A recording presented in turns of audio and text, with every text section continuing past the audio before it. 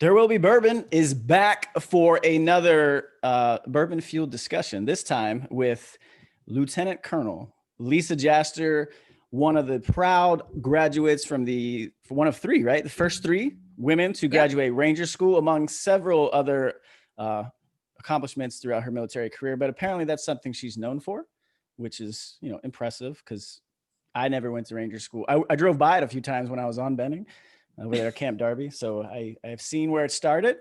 So among that, we will talk about a few other things, but she is going to tell us all about how that experience went, along with some other stuff. Ma'am, how are you? I'm doing great. Really Doing great. well, actually. Really well. Well, that's really good. Yeah. Let's maintain that. So before we get into her story and all the wonderful things that she has done, as you know, this discussion is fueled by the finest American spirit, and that is bourbon. And so tonight, we will be drinking the Wild Turkey Rare Breed. It kind of coincides with this still young lady and the stuff that she's managed to accomplish. So Wild Turkey Rare Breed. So the thing with Wild Turkey, before we get into this, so as you know, I tend to go on these rants with bourbon, but Wild Turkey is great because they're not like a lot of other distilleries who do a ton of product labels. They do one thing really, and they do it really well. They got the Wild Turkey, they got the Wild Turkey 101, they got the Rise, they got the Rare Breed, and a few higher end stuff. But what they do is delicious. So I encourage you at any time that you are shopping and you are faced with a mass array of decisions to make when it comes to bourbon, if you see Wild Turkey 101, pick it up. And that is all. All right, ma'am. You did say you were imbibing. What do you got going on over there? So I'm super fancy. Nobody wants me drinking liquor because I am an angry redhead, a soulless redhead. Yes. Soulless. So okay, alcohol brings out the devil in me. Fair enough. So instead I get the cheapo 20% off 6-pack at HEB, and nice. I put it in my fancy, I just did my first ultra marathon. Did you so really? This is now my wine glass, is my finisher's mug from my 52K trail ultra marathon. Okay, so there's a ton of fitness stuff that I wanted to touch on with you because you mentioned CrossFit. I do that as well. But before we even get started, I kind of have an idea of why, but what led you to say, you know what, let's go do the ultra marathon? So this is actually crazy. A girlfriend of mine she's an avid runner, and I've been making her do CrossFit, or we met at a CrossFit gym, but she's an endurance athlete. Okay. So every time I make her squat, she says, "Oh, I'm going to make you run." She still lives in Houston, and I'm now moved to the San Antonio area. And I found out I had to have some pretty complex shoulder surgery. Ooh. So she's like, "Well, you can't lift for a while, so I'm going to run your butt into the ground." I said, "Okay, sign me up." And literally that day we both signed up for this trail ultra marathon. So we signed up in July. I had my surgery, I think it was August, because the goal was to be healed enough to go on a bow hunt in September, early October. So I had my surgery like the day after I had the MRI so that I could get back into pulling my bow. And turns out they wouldn't let me run for 6 weeks after my surgery. So I actually ran an ultra marathon. So this one was 52K in the woods with less than 8 weeks of training. Super stupid. But what makes it even better is my girlfriend who signed up with me ended up having to have a surgery just a couple weeks before, and she couldn't run the race. That's great. Good job. Yeah. So she couldn't run, and I was not trained. So I did the longest ultra marathon ever. But there was actually a couple guys that one didn't finish. I found him on the side of the trail and had to help him to medical aid. It was awesome because I got to actually use my GPS and call my coordinates into CLS. The race director. Such a nerd, right? Yeah. And then there was an old retired Air Force colonel that was contemplating life and death on the side of the trail. That's fair. And he and I walked in together at the end of the 52K, and I let him cross the timing pad first, and I was officially the last one who finished. Nice. But I do want to say I got first place because I was the only person in my age group. There you go. So, okay. So 52K, how many miles is that? 33. Gee, okay. So once upon a time, before this was pre-CrossFit, I was in a running phase. Cause you get this, you're in the military. Mhm. I think everyone goes through a running phase. Um, and I was coming out of my drill sergeant time. And so I was used to running a lot. And I was just like in the middle, I had done a few half marathons and I was Mhm. like, I'll train for a full marathon. Right. Perfect. So the first one I did, it was in Vegas in December. It was 2012, and it kind of led up into our deployment to Afghanistan. So I was like, this would be a good thing. I'll be in shape. Um, so when I got to like miles 23 and 24, it was like I got shot with an arrow into the hamstring. Like Yeah. those last 4 miles took an hour. Like it was bad. Yes. I should have just walked, and it would have been the same. It would have been like a ruck mark page. But the bad thing is this, and I will never show the picture of me finishing because my goal was to break 4 hours. And because of that, I was like, I was a few minutes over 4 hours. There's a picture of the finish line. I am getting beat by this woman who's probably close to 60. She's coming in. Now, I still don't know if it's because they funneled in the half marathon or the full marathon finishers all into one point, but still, if you look at the finishing photo, it's me behind this old woman. And Nice. I'm just like, so you know what? Nope, it's never going to be shown. And that's the only picture of the finish line. That's it. It's just me and her, and she's ahead of me by like 10 feet. So I will never show that picture, but there you go. Yes. Yes. And My then what? first half marathon, I was actually passed by a one-legged man who had running crutches. He didn't even have a prosthetic. So you'd like to do really crazy physical stuff, but is it safe to say you're not just, you're not like super athletic? No. Yeah. No. Okay. Because that's kind of how Not I am. at I all. just like to do the physical stuff. Here's a great Yeah. one. Afghanistan, right, led into that. So over in Kabul, where we ended up doing the Marine Corps Marathon in conjunction with them doing it back home. So Yeah. our compound was 0.67 miles or 0.68 miles around. So it was 37 laps, and they blew a horn every hour. So we would go another direction. This is the most boring, miserable experience of my life, but I did it because we got a day off if we signed up for it. Nice. That is very Joe-tastic of you. Yes, it was. So those are my 2 marathons that I've completed in this time. All right. So you did an ultra marathon. How'd you feel after that? Because I know you said you didn't run the whole thing, but you weren't trained, but were you just wrecked or?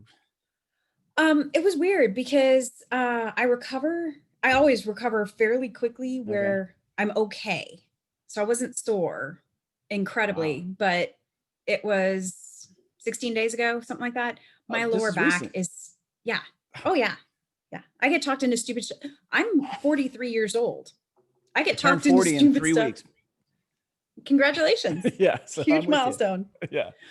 But yeah, so my lower back still hurts. So I was front squatting today and it's just a weird thing. That's really good for the lower back because it just pulls you forward. So that's good.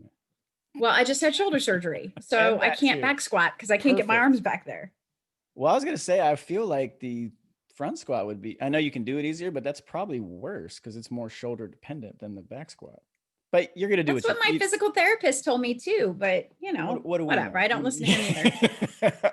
Okay. So that's good. I mean, you're still active and you wanted actually the dumbest thing I ever did. So I know you do the CrossFit stuff. Do you follow like the competitive stuff of it, like the CrossFit games? I used to. Okay. Do you remember, I think it was 2 years ago, they did the full marathon row. Yes. We did that. Dumb. Yeah. You did? Yep. We did that. We did it outside as California was burning. So we had ash all over us by the time we finished. So it was great. Good. Very good for healthy. The lungs, good for the skin. Very, really dumb overall. It's like, is there really nothing better you could do for 3 hours? But apparently there wasn't. So, so yeah, I do a lot of dumb stuff too. That's good. That's good, man. Yeah. I should transfer to your unit. It would be great. Yes. All right. So now that we've established you have an innate desire to push and or punish yourself physically. Let's take it all the way back to the young Miss Jaster. So you grew up where? Wisconsin. And you're a cheesehead. Oh yeah. Oh yeah. There you go. Oh, yeah. And you grew up a Packers fan, unfortunately. That's too bad. I did. I got raised into it. Still the only privately owned team. Just, our stadium still owned by the public, not the Tostito Stadium. So do you have any claim to that? Do you still have it in the family somewhere? No, you have to live. No, we get tickets every once in a while, but I'd love the new to go to house we're building is actually on Lombardi. Really? So Yeah, That's here cool. in the New Braunfels area is on So the Lombardi. Packers, while I do hate them, they're the one team I can at least respect. Everyone else in the division, no, I hate the Lions. I hate the Vikings. They have no history. They're just terrible. At least Right. the Packers are respectful. But I would love to go to their stadium. I finally went to a Bears game last year when they played the Cowboys, which is great because if there's any team I really hate, it's the Cowboys. And they beat them, so that was good. But I would love to go see them play the Bears in Green Bay. Just probably, well, definitely not this year, but just when the teams are at least Yes. competitive. Yes. Yeah, they're never good at the same time. That's the problem. They were back in the like late 80s, early 90s. I remember like Fridge Perry and there being some real rivalries back then. And yeah, those while I was alive for them, definitely don't recall them. Okay, so you grew up in Wisconsin. Your dad, from what I understand, he went to West Point. He did, class of 1968. 1968. Okay, so as you were growing up, was it kind of, were you pushed towards the military, or was this something that you just kind of discovered all on your own? Well, just between us Army folks, right? Yeah, of course. My dad was like, "Why join the Army? You're a girl. Join the Air Force. It's so much easier." People still say that, and I don't understand why. I mean, it's crazy. I mean, I understand why. Like, put it this way: we in the Army do a terrible job of recruiting our kids. Let's put it that way. We always like refer them to the Air Force. So, well, that's because they're part of the Department of Transportation, I think. That is true. Well, they're the Army's Uber. Yes, which is why I love them so much. I wish they would just come up with an app so I could book my AMC flights through the app instead of having to show up to the PAX terminal and being told to just sit there for 12 hours and not move. Oh, you're canceled again? Okay, cool. But yeah, okay. So Dad told you to go to the Air Force. Did you ever explore the Air Force, or how did that go growing up? So here's my interesting story. You ready? All right. I stay ready to keep from having to get ready. Okay. All right.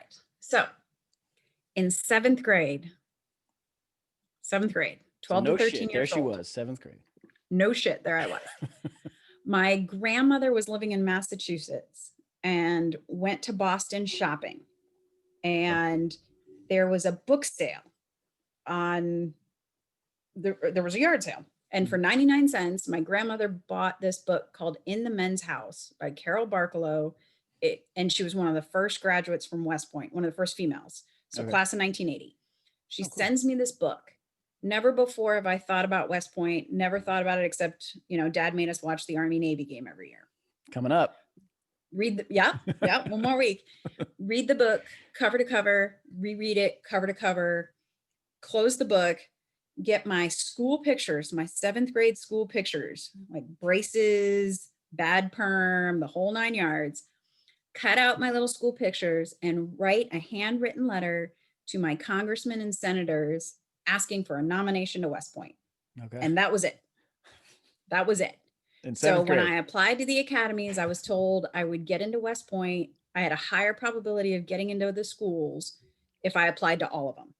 Okay. So I applied to all of the academies and I continued to send these letters every year. They had when I went for my interviews to the congressman who ultimately gave me my nomination, they had all of my school pictures in a file from seventh grade on. Because you send it to the office. Yeah, I know. It's really sad. A little cringe. Maybe couldn't do that today. Maybe. I don't know. No, was it a long-serving congressman? Was it the same person that had been there for a while, or the congressperson? I think so. Yeah. Okay. It was Congressman Tom Petri who gave me my nomination. Okay. Cool. But I don't remember anything about it. Or have you heard from him since? It's a while ago, but. Yeah. I don't know. Yeah, I graduated college over 20 years ago. Yeah, I was gonna say, you never know. He may have moved. I don't know. He might not be alive. I probably should Google him. You should. I really should. Yeah, that's pretty bad. Let's Google that. But my interview, if I had a staff, I'd have him Google it, but I don't have a staff. But anyway, go ahead. Yeah. Somebody. I got kids. I can get them. There you go. So my interview was actually during the Army Navy game. So I was watching the game in the lobby and they called me in for the interview and it was like a fourth down play and it was really a terrible time to interview. So they're like, do you want to just finish watching the game? Kind of. Yeah, I do actually. But it kind of showed that I was really interested in the school. Anyways, to make a short story long, I decided in seventh grade, I wanted to go to West Point, and then I applied to all the academies. I did meet the representative from the Naval Academy. I thought he was an ass. So I said, I'm never going to the Naval Academy. And I never visited until 6 or 7 years ago. It was the first time I saw the really? Naval Academy. Oh, cool. Annapolis, right? Down there? Yes. Somewhere up over. That's good. I mean, hey, first impressions, right? It steered you to the Army, or at least West Point. Yeah. So you get into West Point. What was, because it's not a traditional college experience, and I know you've gone on to get your master's since, but my college experience was definitely, well, the first time I went, because I know I told you I dropped out, and then I did eventually go back, and I have completed some educational achievements since, which is good. But my first experience was definitely not a equivalent to the West Point life. So what was that like when you got, did your dad prepare you for this at all? Or is he just let you kind of figure it out on your own? Kinda. I lived with my mom, and my dad was what you call at West Point a ghost. Like, he worked really hard to be unseen and unheard and kind of fade into the shadows. And kind of like the career E4.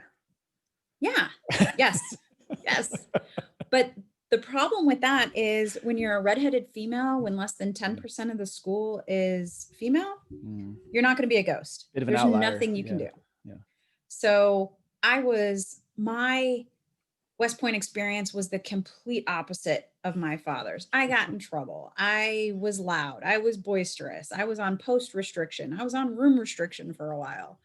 I mean, I stuck out, and everything I did wrong was amplified. And so I did more wrong because. It sounds like you should have at least went enlisted first, ma'am. You might have fit right in. I actually thought about it. Okay. So what did you major in? So I majored in civil engineering. So you have a real degree, not one of those diploma mill degrees. It's real. Yes. So I took extra classes. Yeah. Okay. Civil engineering. So super nerd. You said it. So what separate, I mean, I get it. You're doing the military stuff and you're living a very strict and rigid lifestyle, but what distinguishes the typical day for classes between West Point and a normal university, if you know? Yeah.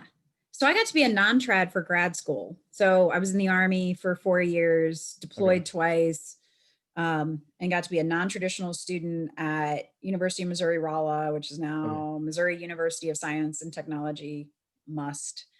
So yeah. Nothing. That's very DoD heavy right there. Yes. Gotta have an acronym for everything. Of course you do. So I got to compare the two, the flip-flops and ponytail versus the marching to formation, marching classes.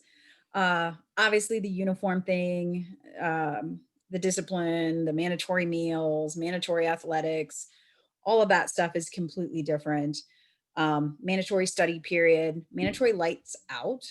So you actually had to sneak around if you were going to pull an all-nighter to study for a test. And you could get in trouble for it. So that's weird because you have people on staff duty. But you're not supposed to. Yes. You had people on staff duty coming in and yelling at you saying, "It's lights out. Don't stay up and study. I'm failing." So it's an interesting school because for somebody like me who went from a strict household where I worked the whole time I was in high school, I played sports, I did a lot of extracurriculars, I had a really regimented life. I transitioned directly into West Point. It was almost as if my mom handed me off to the superintendent of the school.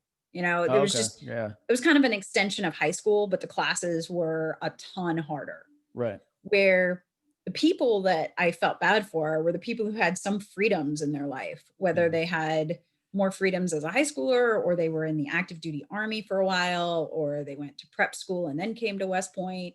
Like, they knew what it was like to maybe stay up past taps. Yeah. And not wake up when reveille sounds. Right. Yeah, that was my main issue is early morning classes. I never went to any of them. Yeah. And that was despite me being there for a very specific reason. Like I said, to play baseball. It's like, oh, class? Bro, I'm just here to play baseball. Right. So yeah, that went over well with my parents. Okay. So you did that. But also let me back up. So you're also, I know you said Wisconsin, but you're Polish? Yes. Okay, Yes. Maiden as name's am I. Koplinski. Mine's Oh, yeah. Bandazeski. Yes. That's a So, mouthful. yeah. So my brothers found all kinds of crazy stuff. So apparently, like when I think my grandfather's dad, when he came to the States, they, spelled his name wrong on the immigration thing. And so they've dropped a letter, but we can go back and trace like the proper spelling of our name. Apparently we're pretty successful over in Poland. Over here, we're just, Very cool. there's like 5 of us. I don't. Now you drink bourbon. Yeah, exactly. Probably need to go back to the homeland. Although I don't know what they drink over there. I could probably bring bourbon. I could do really well, maybe. You could start your own branch of bourbon. Yeah, I need to get out. I got to get out of here. Anyway, so you're Polish, Yes. you're at West Point. You do civil engineering. You graduate. What was that like? Did you? Okay, so let me back up because I know how it works with ROTC, but how does the branch selection work for you guys? Do they try to put you in something that maybe? So you civil engineering. Were they pushing you toward the engineering field? I know you didn't have the combat arms open to you at the time, right? So what was right? So what was it like? How did the branch selection go for you guys?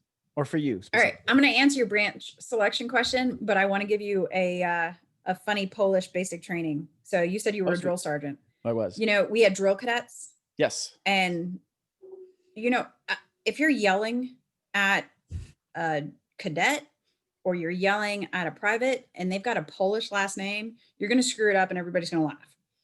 So from day one, I went to cadet basic training right when Nintendo's Mike Tyson's Punch-Out came out. Yeah, you're old enough to remember that. Yeah, great game. Yes, Soda Popinski. Soda Popinski was a character. There you go. Nice. So that's you. Guess whose basic training name was Soda Pop? Soda Popinski. Nice. Yep. About 5 years ago, I went to an Astros game and I heard, "Hey, Soda Pop," and I turned around and my kids were like, "What are you doing, Mom?" And it was somebody who knew me from cadet basic training. Really? That's random. That's about as random as it gets. The funny thing is, like, I would actually do great as Soda Popinski because, like, before he would come out to fight, you'd see him in the corner drinking, and that would be me. That would be perfect. I could totally do that. Okay, so good. Okay, all right. So back to branch. Back to it. Right? Yes. Drink up. Stay hydrated. You know how this works. I'm trying. I transitioned straight from coffee to wine today. So they go together. Yes, they do. So branching. Yes. My father was an Army officer who deployed to Vietnam on 3 tours with Special Forces units. Jesus, 3. He was medically evacuated from all 3 tours, 4 Purple Hearts. So if I had... This sounds like something like, well, it's very Vietnamish, but today that... Yes. Okay. Yes. That's another story. All right. Yeah. Okay. Jesus. There can be lots of random branching here. So if I had been, because like every little girl, I've got some daddy issues, or maybe not every girl, but this little girl, I had some daddy issues. I probably would have thought of armor or infantry. I probably would have put them up high. Okay. For me, being an engineer, I figured, so with the mission, the secondary mission of an engineer is to fight as infantry. So I thought, well, this is close to combat arms. It's either that or, at the time, what we always called the women's infantry, which was military police. The Marines. Oh, never mind. Okay. Oh, yeah. Nice. I'm married to a Marine. Do you know that? I heard that. Okay. Yeah, be sure to relay that to him. I'm sure he'll go over. Yeah, he's also on a conference call right now, so it's perfect. But yeah, so number 1 was engineers, because I figured secondary mission is to fight as infantry. I always thought of engineers as badass because you had all the Sapper MOSs, but you had the combat heavy and you had all the construction, and the soldiers kind of had to have higher ASVAB scores. Yes. So you have smart soldiers, you have a pretty cool mission, and with MPs, although it was as close as to combat arms as I could possibly get at the time. I didn't like their garrison mission. At the time, I didn't have a whole lot of affection for the LE, the law enforcement mission. Yeah, the deployed mission. I don't think anybody likes their garrison mission, man. Let's be honest. Yeah. And I have astigmatism, so I couldn't go aviation. So engineers was kind of the be all end all for me. I put MPs as second, but I can't fathom being anything but an engineer, which, huge fast forward. when I actually did graduate from Ranger School, I asked General Milley, who was Chief of Staff of the Army at the time, and I said, hey, the Army's done so much for me. This is a really awesome opportunity. I was at the State of the Union, President Barack Obama's last State of the Union address, and I got to talk with General Milley. And I said, hey, sir, what can I do for the Army? He's like, well, come active duty again, maybe branch transfer to infantry, show women what they could become one day. And I was like, no, sir. Nah.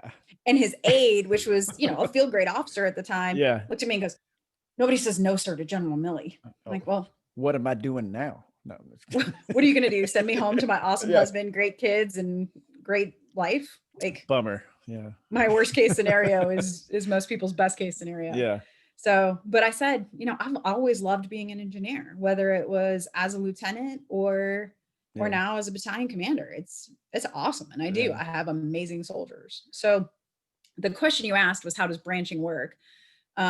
For officers, West Point kind of gets the first pick. You get the academy gets a cross section.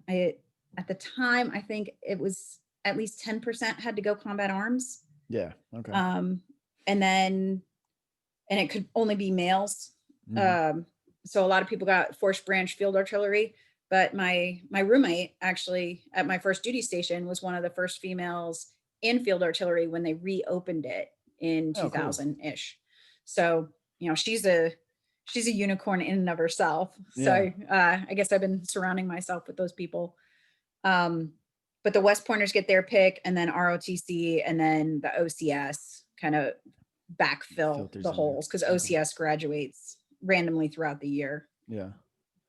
So you mentioned General Milley. So when I was in Afghanistan, he was a 3-star at the time. He was the IJC commander, and I was fortunate to go to all of his briefs. And I met him a few times. He would never remember me. I got a really good story with him, but not to get into that, but it was his bio that struck me. I don't know if you ever read the man's bio.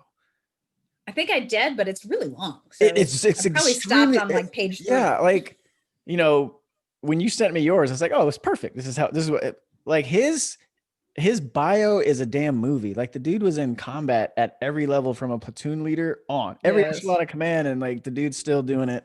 Maybe that's why he's the, Joint Chief of Staff. I don't know. Possibly. Right. But yeah, crazy bio on that guy. All right. So you branch, you go active.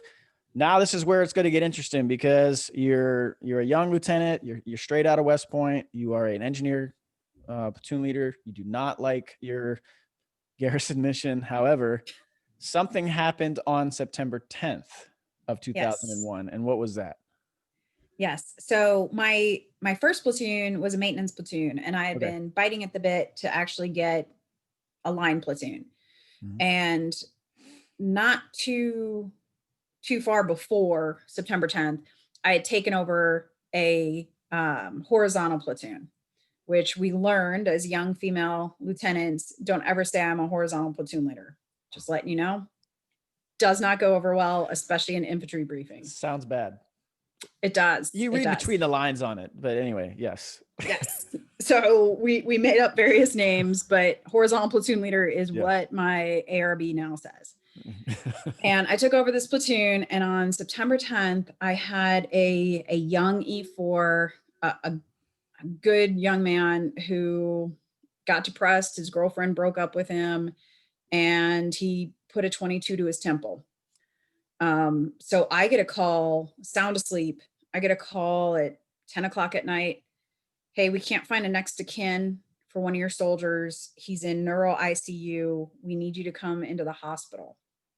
So I get dressed while driving, drinking coffee, heading to neuro ICU.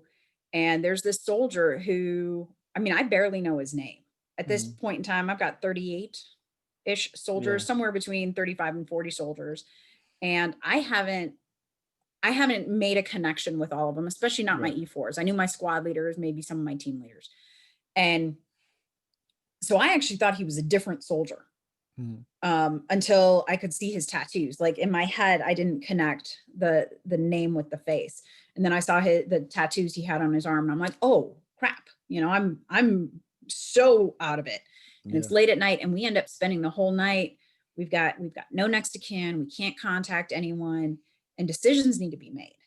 Like, hey, what kind of surgery are we doing? Are we got life support issues? And the very next day, September 11th, I know that I have to go to legal on Fort Stewart and get power of attorney paperwork because I have to make decisions for this young soldier. And like I said, at the time, I wasn't even exactly sure who he was. Yeah. And obviously that's a terrible crazy. place to Yeah, be. it is. So then I don't even know if I went home and got any sleep, but I went home and put on my uniform. I didn't even put on PTs.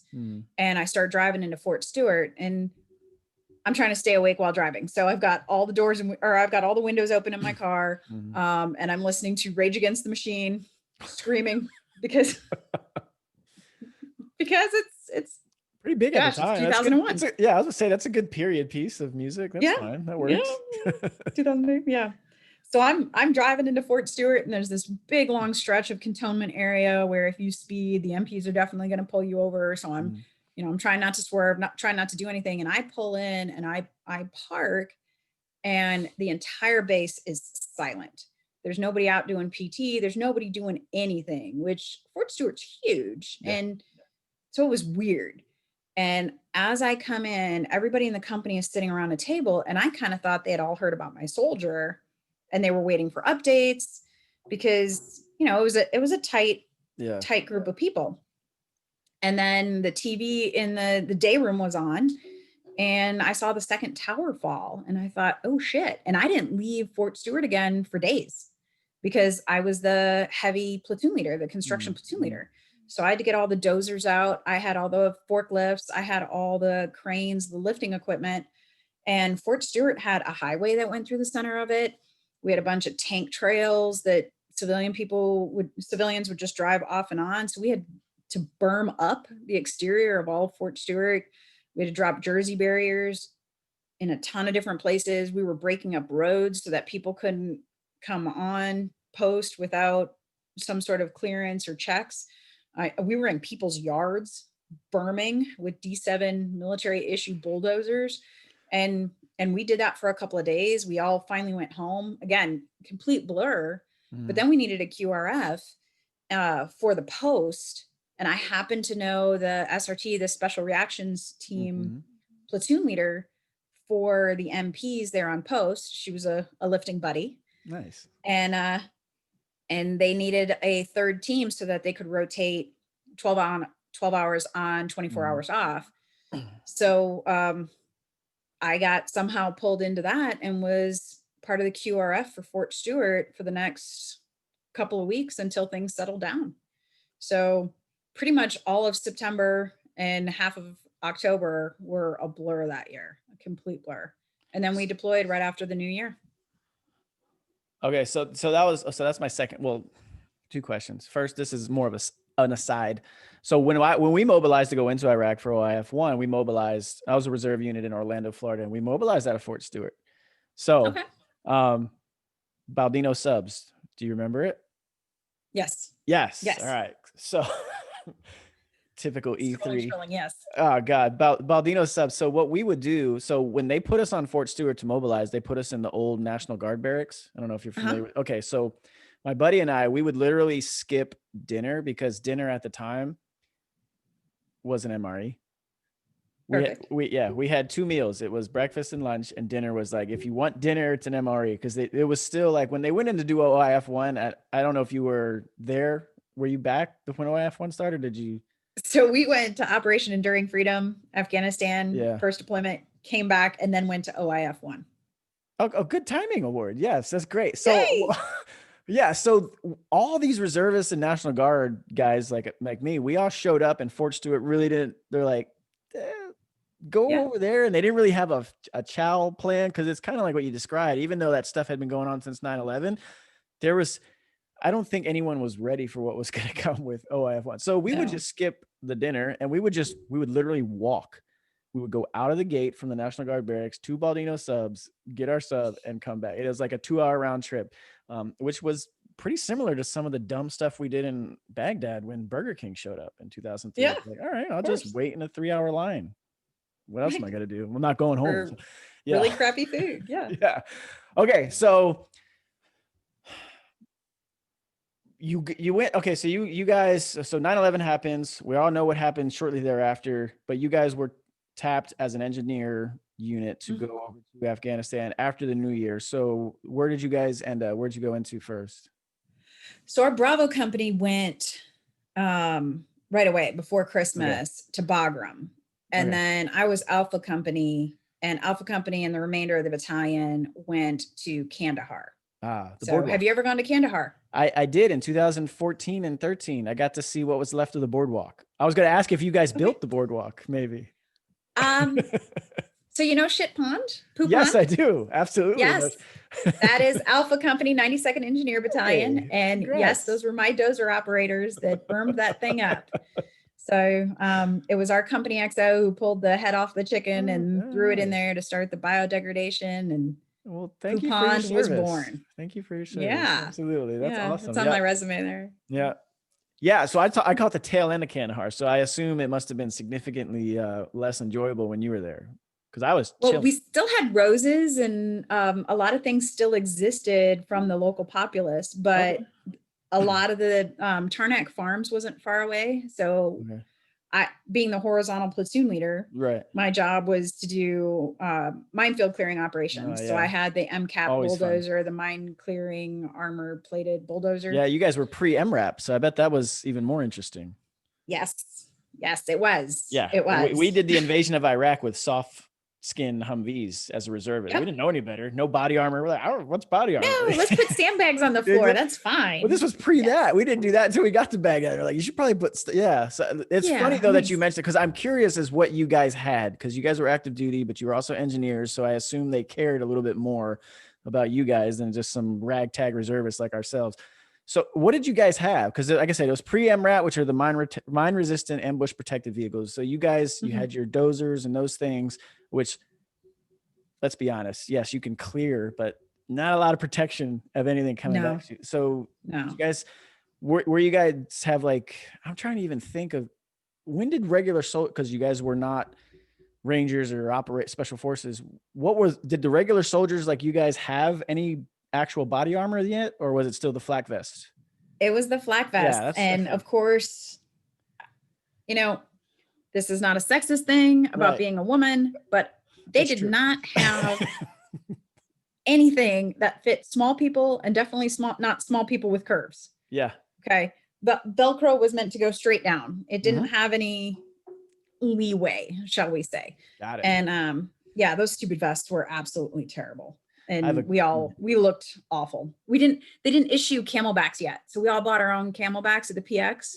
Oh, so yeah, because I didn't see one until Iraq. I didn't even know they existed. I was used to the 2-quart canteens and the old, canteen cups and shit. So this is great, because I love the evolution, and I hate, going on a rant on, the fact that we're still there 20 years later, but just the evolution of our stuff from what, even when you came in, because you're still in, I'm still in, like going on 19 years next month, you've seen the evolution of so much of the equipment, vehicles, personal equipment more than anything.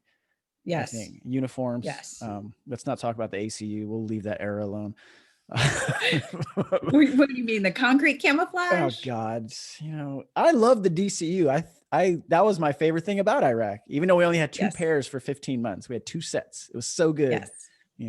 But the engineers, so that's another thing. Like, you talk about engineers, like people don't get that. Like, we were hand washing our uniforms in the little tubs until you guys, the engineers, showed up and built the showers. It was the greatest thing ever. It was like 40 degrees in Baghdad in December, but water's coming down and it didn't matter. It's just like, oh, yes, it was so great. I love engineers. Engineers are the best.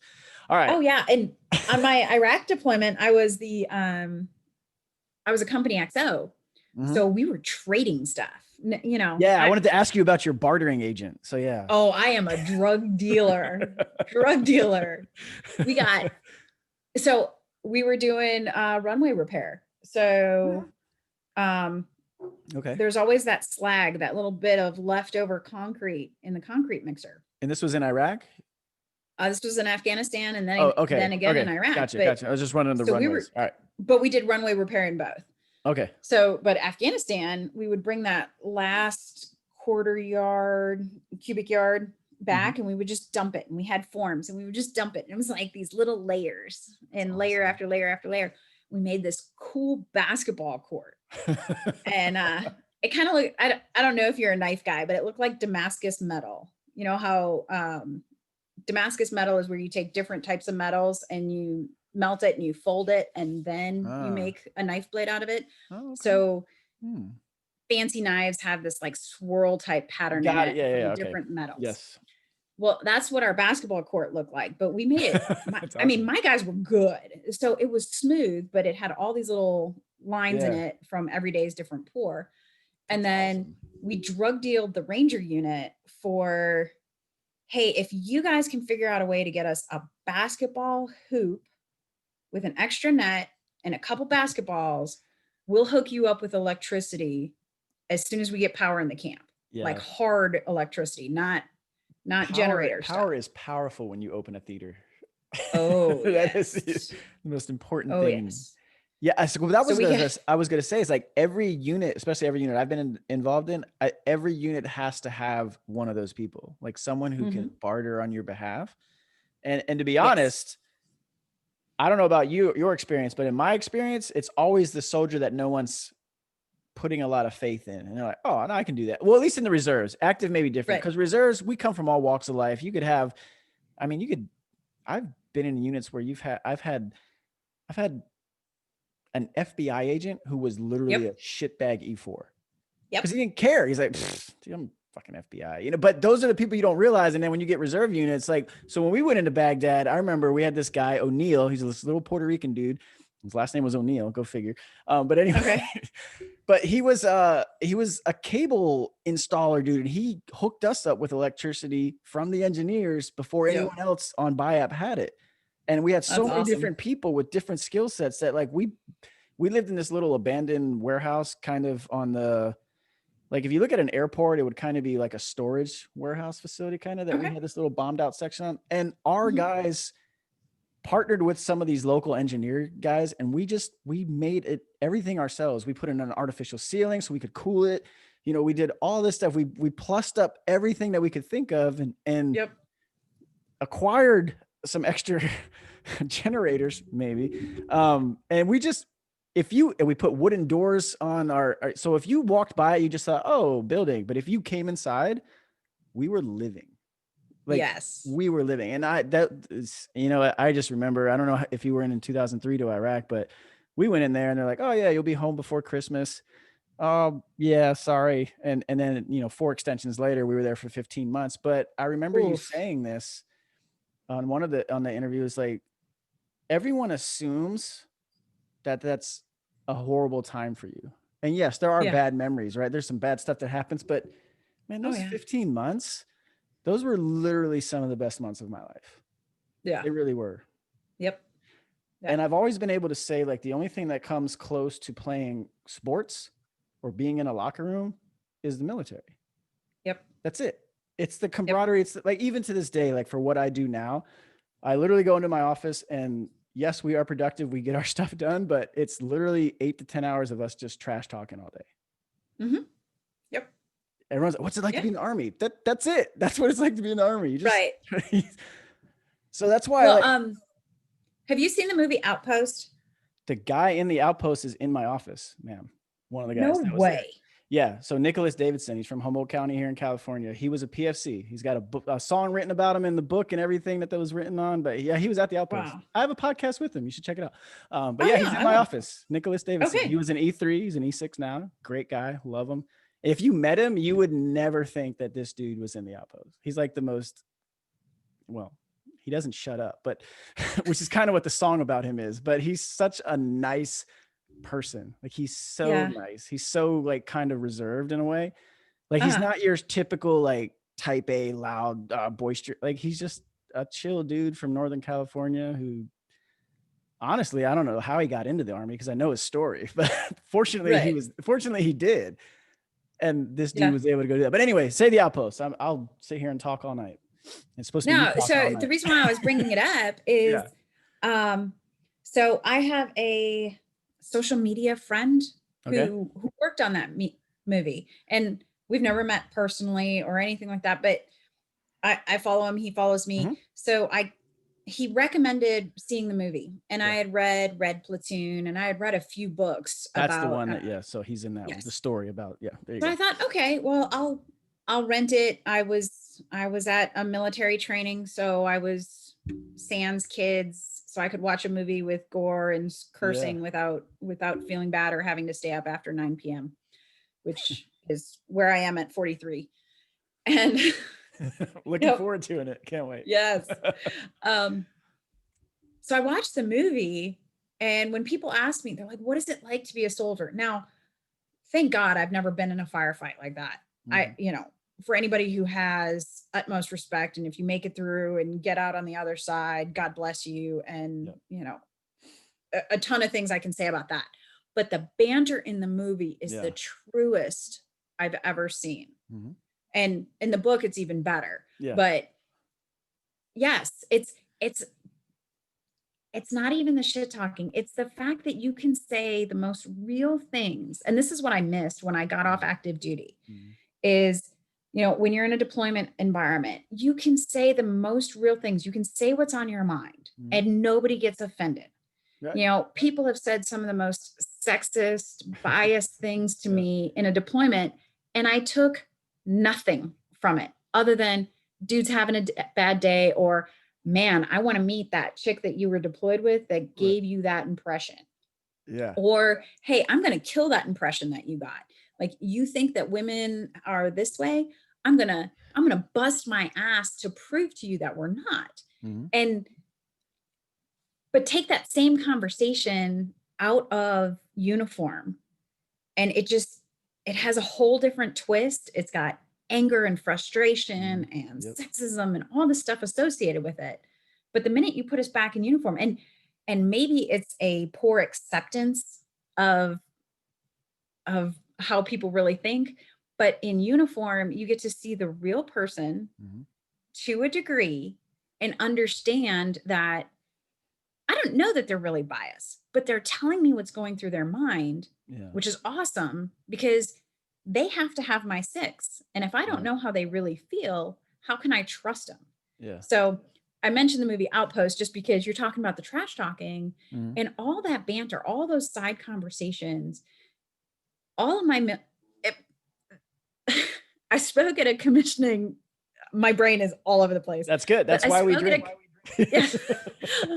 I spoke at a commission ceremony at it's Texas A&M Prairie View. Okay.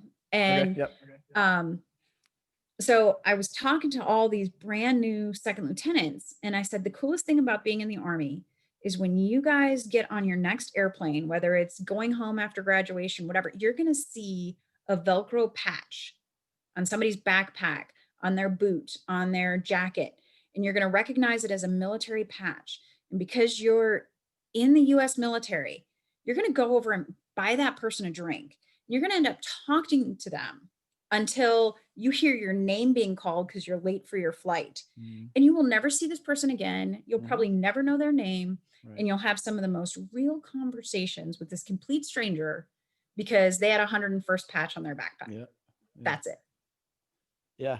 I think that's the best part is it may be a little different for you because of, you are your battalion commander, slightly different, like I said, from myself. So what I like to do when I'm in airports with young soldiers, especially now it's even better because I frequent an airport where a lot of people are coming back and transitioning on leave. So I like to listen to Mhm. them talk amongst themselves at first. And the best thing in the world is to listen to a private coming back on block leave and they don't know you're in the military. It is Right. so good. Like it is just, and I love that because I hear what you're saying. Like now there's the side, like, there's a saltiness to me because, I'm been in long enough. I'm allowed to be salty, but there is still that aspect where it's just like that dude, true or not, he thinks and feels invincible because of everything he's Yes. just been doing, and it's the same thing. with anyone who's gone through basic training or gone through, you know, the OCS stuff or whatever they call it for, what do you guys do? OBC or your branch course, right? You're learning all those things. You've been taught how to be a soldier. And now you're just kind of at that point where you can't wait to really do it for real, but you just feel like, and that's why I feel like the PFC is because some people think it's the E4. I'm like, no, the E4 has been in long enough to be jaded. The PFC has just been in long enough, and then all the training's still fresh in his head that guy or gal, they're just ready to go fuck some shit up on behalf of Uncle Sam. They're awesome, and they feel invincible. And then there's always someone that'll usually try and take them down because, you know, it's the era of social media or whatever. But I love that. I love that persistent optimism that those soldiers have, and I miss it because I'll never get that again. You know what I mean? Like, those days are gone. But I do love that, and again, as you said, like, the Outpost was great. No, I made the mistake of watching it with my daughter. My daughter turns 15 this month, so yeah, I didn't know. I mean, I knew, but I didn't know. You know, I felt you didn't read the book. I remember. Yeah, no, I didn't read the book. I got the guy in my office who's told me enough about it. I'm like, oh, the movie won't be, you know, it'll be all right. You know, only 2 Medal of Honors came out of that. It can't be that serious, right? But, no. So I remember sitting down with my parents to watch Full Metal Jacket, and I was 9 or 10, and I remember my dad still to this day saying, "Are you sure you can handle this?" And I'm like, "Sure. I don't know. You know, I don't know what's I'm gonna watch." And I don't really remember much after that. I just know, like, you know, if you've seen Full Metal Jacket, you know what it's about. But I felt like, you know, my daughter should probably watch and see what's going on for, I don't know, before she was born at this point, unfortunately. Wow. So, yeah. How old are your kids, ma'am? 12 and 8. Okay. And they're not watching it. No, I wouldn't say watch it yet, but I'm just saying, like, there'll come a point and you'll get that, you know, they need to know what their parents have done. Like, I'm sure your husband's deployed as well. So, I mean, that's reality. And then it's best, I think, for them to kind of, you know, maybe not experience it, but at least understand the stuff that's been going on. Cause especially dealing with the stuff that I deal with today, trust me, people have long forgotten, or the ones that we're recruiting today they weren't even alive. Let's put it that way. So that's crazy. It is. And so I always feel like every generation has their moment, and ours was 9/11. And unfortunately, I feel like theirs is going to be this virus. And I don't think it's a call to serve like some of those things that have come before. It's not, actually. It's really not a call to serve. And I wish it was. But that's another story. So now let's finally get into this. So you went to what? Sapper school? No. Oh, that's right. You went to Ranger school. Okay. So I wanted to go to Sapper school, but I had to choose back in 2005. Yeah. Like, hey, we have a company. How'd that go? So is Sapper school open for the women? Yes. In your field? Okay. But has been for a while. Yeah. Okay. Got it. Cause so Sapper school, I think, opened in 99 or 2000. Maybe it was earlier, but late 90s. And I had an opportunity to go to Sapper school, but it was, I was slated to take command, and I was stationed in Korea. And it was one of those, hey, if you go back for Sapper school, you extended in Korea so you could get command. That was before it was a rotation, when it was a 1-year rotation versus whatever it is now. Hey, I did 3 weeks for annual training in Korea. Camp Casey. Nice. December 2002. I am a kimchi and soju. That's all you need to know. That's it. I still have the poster of I took down from a bar. And the guy I got in my office, new guy, he's from Korea, gave me a bottle of soju. It was great. Anyway. Very good. Yeah. Very good. So yeah, it was, hey, go back to the States, go to Sapper school, or you can take company command. Okay. So that was a no-brainer for me. Yeah. I mean, why do we stay in the Army? Not for badges in schools, but to lead soldiers. So I took command, ended up taking 2 commands while I was in South Korea. Awesome experience. Yeah. Blah, blah, blah. Words. Great weather. What? Great weather. Yes. Absolutely fantastic weather. It rained on every range day ever. Yes. Sounds about right. It's very Army. Yes. Very Army. And so I actually got out. So I was in the Army active duty from 2000 to 2007. I married my Marine. He got off active duty, was kind of following me for a while, joined the reserve, volunteered for a deployment. And I thought, I just don't see a life where my very alpha husband, and honestly, I was either going to marry an alpha or a wallflower. And I would have crushed a wallflower very, very early in the relationship and would be divorced. Yeah, I was gonna say, I So mean, that would be also very Army. You have to at least get one. Fortunately, I still have yes, never had my divorce yet, so that's good. But yeah, yes, knock on that wood. would fit right in. So it's good that Yes, your husband and you guys found each other. we did. We did. And so I found my Marine, and we realized we could never get stationed together on active duty. Mm. He did not want me to get out. He's like, you're really good at this. You really love the active duty service. Don't get out. I'll follow you around. And I just thought, I don't see that. I don't see that happening. I don't see it being successful. I also, on my first deployment, I had deployed with a woman who had had a baby 6 or 8 weeks before we headed off to Oh, damn. Afghanistan. Jesus. Hmm? That's horrible. 6 to 8. Yes. Oh my God. That's crazy. Yes. So like on the flight over, we're trying to get her milk to stop coming in. Oh, wow. That's But insane. I mean, that's wartime Army, right? Yeah. So I didn't want to deal with that. And I thought, Mhm. God, I don't have any kids. I found the love of my life. Mhm. He can actually put up with me. It was my As a warrant Marine, officer. it's I know. always- My warrant officer, who was also a certified pastor, looked at me one day. He's like, "Hey, ma'am, you better do whatever you need to do to keep this guy, because I don't know when anyone else will have you." And it wasn't a nice way to say it, but I mean, Yeah. I did find somebody who is a match, Right. like is truly a match. And I still like him, and we've been together 16 years now. So That's we solid. yeah. Yeah, So I good. got out, and I was always going to join a reserve unit. Mm. And then I thought, I don't want to be breastfeeding on an airplane to Iraq. Yeah. So I'm going to maybe take a break. So Mm. I took a 5-year break in service, which was supposed to be 3 years. I was just going to take a short break in service, have my babies and whatever. Right. Well, so all y'all recruiters don't know how to deal with officers. Just saying. It's a MEPS thing. Let's put it that way. Every mall I went to could tell me how to enlist, but nobody could tell me as a It's fair. captain how I Hey, could get in the reserve. yeah. So I finally had somebody found me on Facebook, and they sponsored me, and they brought me back into the Army as a DEMA, a drilling individual augmentee. mobilization Yeah, augmentee. yeah, one of I that, never you remember know, the M. it's I never probably need to look that up. Yeah. So they brought me in as this DEMA. So I did this drilling, and we barely ever wore uniforms. We went to the range kind of for fun. We jumped out of planes in a civilian capacity. We went rock climbing. We did defensive driving on a closed race course. I mean, we did a whole lot of military training. Yeah. Yep.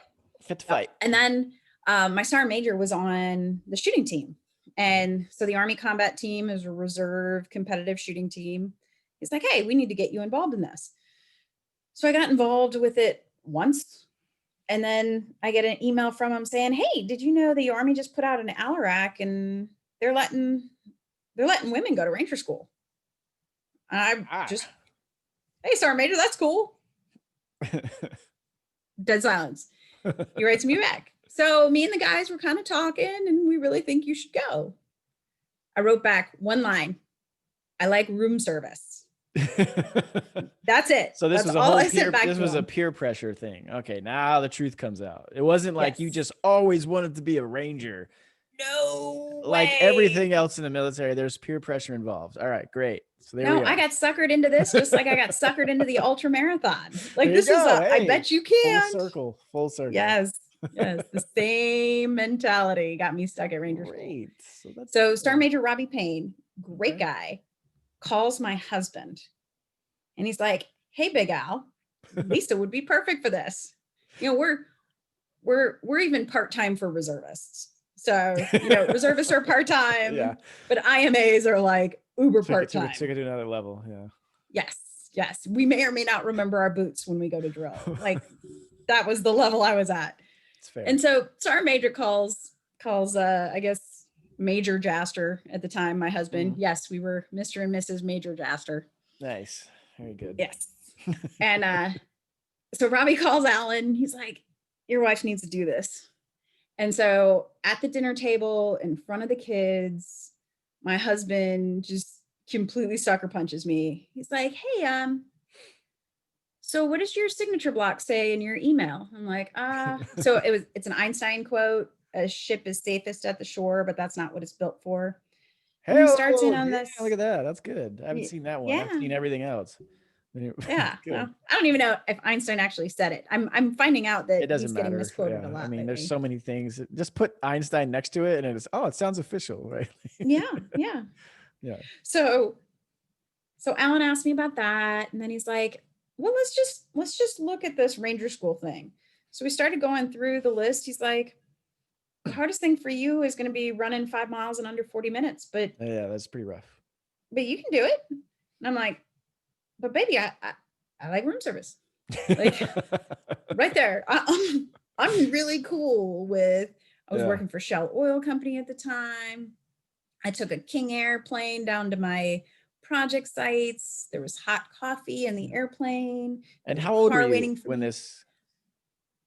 So I was just about to turn 37. I turned 38 2 weeks after I graduated from Ranger School. Okay. So that's the other thing, but because I want you to keep going, but I just want people to realize, like, look, there's a big difference when you're in your late 30s as opposed to your late 20s when it comes to any of this type of stuff, let alone whole high speed schools, right? Like, yeah, I mean, you might in the back of your mind, like, oh, I could do that, but I don't want to because you like room service, right? You're not at that point. You're just not thinking about that stuff at that point. So, okay.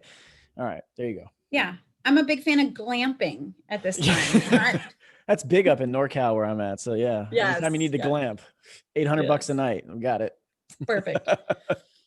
So Alan asks me a very, very simple question. And he says, because I had said, let one of these young girls who's trying to cut their teeth and make a name for themselves, let them be the first. Like, let them do that. That's a young man's game. Yep. And he says, but what if you don't try and nobody graduates? You're just going to sit at the dinner table every night and be like, well, I coulda. That's fair. Yeah. Oh, I don't know why she failed. She gave up. She quit. She wasn't prepared. Like there's all this stuff that happens. And I was like, yeah, I guess I can. And so I made it official and I went to Facebook and told everybody I was going to go to Ranger School. And that was it. So I thought you were about to say it there, but you didn't. But I think it was your mom that kind of said stuff to you guys every single day. And what was it? What would your mom say? Because I think this is a great. Everyone needs to kind of hear this message because, man, when I heard it yesterday driving back, I was just like, oh, okay, we're just gonna talk directly to me. That's cool.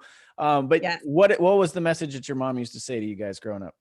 So it's funny that Alan was saying, hey, don't ever say. You're going to sit there and second guess and you're going to say, I should have, or I could have done this.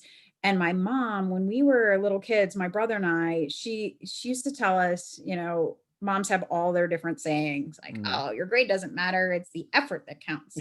But, all those super important things. But she always said, don't ever look back and say, I should have, I could have, or I would have. And it was basically Diane's version of live a life without regrets. But I've actually spent my adult life thinking of two things every time I make a stupid decision. One, if I do this or don't do it, will I say I should have, I could have, or I would have? And then the second one is, can I call my mom? If I get if I get thrown in jail for this one, can I call my mom and have her bail me out? Right. Like if I can't call my mom about it, or if I will end up saying I should have, I could have, or I would have, I probably should say no. Yeah. Luckily, my mom's pretty cool. So there's not a lot of things I've said no to. Well, I mean, along those lines, I think those are two great things. So that I would have, I should have, or I could have. Those are things that's probably speaking. Anyone who's listening, that'll speak to you. If it doesn't, you must be significantly better off and well adjusted than we are. But I feel like everyone can identify with that because there's something in your life that you haven't done, you feel like you should do, or you're putting off and thinking there's going to be something that's going to make you want to do it eventually. I think that, like I said, when I heard that, I'm like, okay, we're just going to it's putting me on blast because it was for a lot of things that I'm trying to do. But also that last part. So my father was a corrections officer when my brother and I were growing up. And I remember him very distinctly saying, look, if I ever come to work in the morning and you or your brother are there, that's where you will stay. So that was my deterrent. Like he was never like, oh yeah, I'll get you guys out. Yeah, I'll take care of you. No, he's like that. If I ever come to work in the morning and I see you in the jail, that's where you're staying. And so that was a big deterrent for me, but I think that's very, especially, I think more so because whether we like it or not, I have a daughter. I'm a father of a daughter. Okay. Mm-hmm. I think that's very important what you're saying because males, men, whatever you want to refer to them as, still get the benefit of the doubt for a lot of things, especially growing up as a just growing up. And there's cultural or societal norms that are thrust upon women that are very different from men. Yes. And so I feel like what you just said is, can I call my mom or can my daughter call me before she does or after she does something? And I think that's a very powerful statement because maybe people don't think that, but in their subconscious, there's something very similar. Like, man, is this something my parents would be proud of? Whatever it is. And I get it also that not everybody has that parent or not everybody has someone who cares about them like that, but it's still a very important message that I think people should hear. Yes. Because it's true. Like that should be your guiding principle, whether that's your moral compass or whatever it is. Like you should ask those questions before you do stuff. And I'm not going to pretend that I've always done that because I've still done some dumb shit that my parents and my dad don't know about. Fortunately, I'm turning 40 in a few weeks, so I'm alive. So what up, Dad? My dad's alive. I'll see him in a few weeks. I'll tell him all about it. But yeah, on your 40th birthday, you have to lay out all the things that you never told him before. Not happening. He doesn't want to. He's too old for that shit at this point. Heart attack time. Yeah. I could tell my mom, my dad, the heart. It's not good. So all right. So at this point, you decide I'm going to do Ranger School. You apply. Yep. So let me ask that though, because I think that's because I'll be honest, I've been very fortunate because I always was a reservist before I did what I do now. But I always found like there's a lot of obstacles thrown at reserve members from doing things as she transitions. I do. I have to transition. Kids went to bed, so now I get to go to the living room. Hold on. Even great. So yes. But was it hard for you being a reservist? Like, were they kind of like, we need active duty only because God, the obstacles that get thrown up. Right. So that's why I was curious. Not only are you're 37, you're a major, you don't exactly check the boxes of probably what they were looking for. Not at all. Not even close. Okay. So take it from there then. So here's the fun part. Here we go. Not only as a female is it damn near impossible to get a slot to Ranger School, but once you do, you have to get a physical and you have to get a packing list and you have to get all of this other paperwork done. So I am a IMA. So I don't have regular drill. I haven't done a 20K ruck since this is 2015. I haven't done a 20K ruck since 2004, 2003, when I was part of 3ID or when I was a Force Com asset at Fort Stewart. So this is not something that I can even get myself certified for. So I can't find anyone who can get me on a military installation, can get me a Ranger School physical. And then being over the age of 35, I've got to get an additional physical. Like you've got all this category and then you have the old man stuff. Yeah. And it's all old man stuff. Yeah. There's no old women stuff yet. So I've got to figure out a way to get all of this done. So what I did is, again, God bless my husband, but I literally went to an urgent care facility on December 23rd, 2 days before Christmas. Nice. With a blank check. How much does this cost? I downloaded this from the internet. My son just lost his tooth. What's up? Hey, congrats, buddy. All right. It's his last baby tooth, so we're pretty excited. Good job, man. Okay. Can I get a double bicep pose? No? All right. Oh God. There it is. Yeah. Attaboy. Don't encourage him. Love it. Okay. Well, this is what happens when you do these things at night. Okay. Yes. I've been there. So I've got a blank check, urgent care, and I had Googled whatever the DA form is for a Ranger School physical and printed it out, whited out whoever's information had uploaded it to the Googles, and then made another copy and gave it to these civilian healthcare providers in Houston. And I just stayed there for 4 hours. So let me cut you off real quick, ma'am, because I just want, for anyone who may be listening to this, who has any doubts that this was something that, so to be clear, the Department of the Army did not hold your hand through the process of getting certified. No. Okay. Oh, I just wanted to verify that for anyone. Okay. But anyway, so there you are. No shit. There you are. You're in Houston. The Army is not making this easy for you. So there you go. Because apparently that's what, I mean, you showed up and you graduated, right? Right. Yeah. Okay. Yes. Good. I did not have to walk back the mountains. Yeah. Right. So I don't even want to tell you how much it cost. So 4 hours. Got it. Civilian healthcare providers. Tracking. Yeah. And of course we didn't fill out everything 100% correct, but luckily at Pre-Ranger, it's run by the National Guard. So yeah. Women had to graduate from RTAC, the assessment course, the Ranger Training Assessment Course run by the National Guard at Fort Benning. It's a 2-week course. So while you're there, they check your medical paperwork. I actually had to redo all of the really uncomfortable old lady tests that nobody wants to talk about in public while I was at RTAC, but they got me squared away for actual Ranger School. The second issue is I was in a non-uniform wearing unit. Oh, so you don't even have uniforms. I don't have uniforms, and you've got to show up with 7 magazines, and you've got to show up. I had one uniform, one of the concrete camouflage uniforms. Nice. And I'm living in Houston, so it's 3.5 hours to Fort Sam. Ellington Airfield doesn't have Army uniforms and everything I need. So I'm ordering AFIs online, calling buddies. You have to show up with a mirror so you can put on your camo. Yeah. Mine was a Mary Kay mirror that I bought at Walmart, and I put mossy oak duct tape on it so that it wasn't purple. Awesome. Yeah, that's awesome. Man, you didn't know about like Ranger Joe's and Commandos with the little bag kits of Ranger School kits? Yeah, they don't have those in Houston. Yeah, I know. It's crazy. Yeah. It's awesome. Yeah. So on top of all of that, there's this huge list of things you have to be pre-certified for. Yeah. So weapons, breakdown, disassembly, reassembly, functions clearing, different types of radio comms. The last time I had used a military GPS system, we had the plugger. Yeah. Do you remember the plugger? Yeah. Like this? Oh yeah, I do. Yeah. The plugger doesn't exist anymore. Nah. So I didn't know. Moved on. Yeah. So I hadn't touched a 240 since late 90s.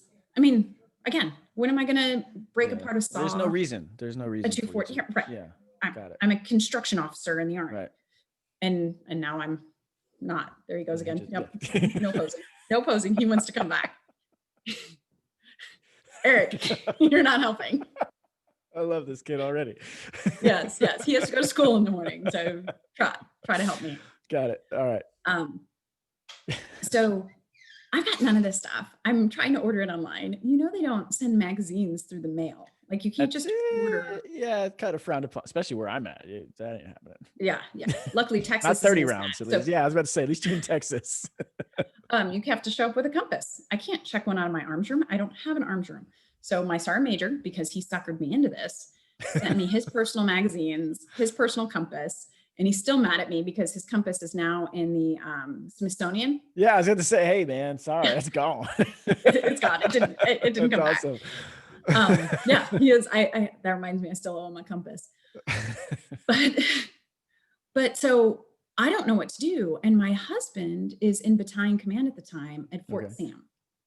So on January 1st and January 2nd, I'm leaving for pre-ranger on January 16th. And I have to have this huge list of land navigation and all this stuff checked off. Well, my husband's active duty Marine Corps gunner. I just got the lecture. Gunner. So yeah, not the Gunner's E7, the E4, right? the chief. Yeah. Okay. There we go. The chief. Yes. Chief. Yes. The warrant officer comes in on New Year's Day and January 2nd and teaches me classes. And then his armorer, his comms guy for his battalion, these are full-time Marine Corps guys that are, they call them the INI, similar to our AGR program, but are active, they're active duty guys that are assigned to his battalion, spend their vacation days with me, training me on weapon systems and land navigation and the new GPSs. And I mean, stuff I hadn't done in years. And if it wasn't for them, I literally couldn't have gotten certified. Yeah. And then to top it all off, you know, you've got to prove that you can do a 20K ruck march in under 3 hours. So I end up doing I think it was Austin, the Woodlands half marathon, because that way I'd had a chip time. Okay. So I did it with a pack and I carried the American flag to stimulate a rifle. Oh yeah. So that was how I proved that I could finish a 12 miler in under 2 hours. I just had to, or under 3 hours. Austin? This one was in the Woodlands outside. Oh, okay. I was about to say they must have loved you there, but anyway, go ahead. Yes. Rehydrate as she rehydrates. So, but I wanted to point out, like, the fact that the unit, the Marines in your husband's unit, how they assisted you with this. This goes back to what I said about the only thing close to playing a sport is the military, because it's that camaraderie. Like, you may, even if you don't like each other, that's still your brother or that's your sister, and no one gets to fuck with you, but you, right?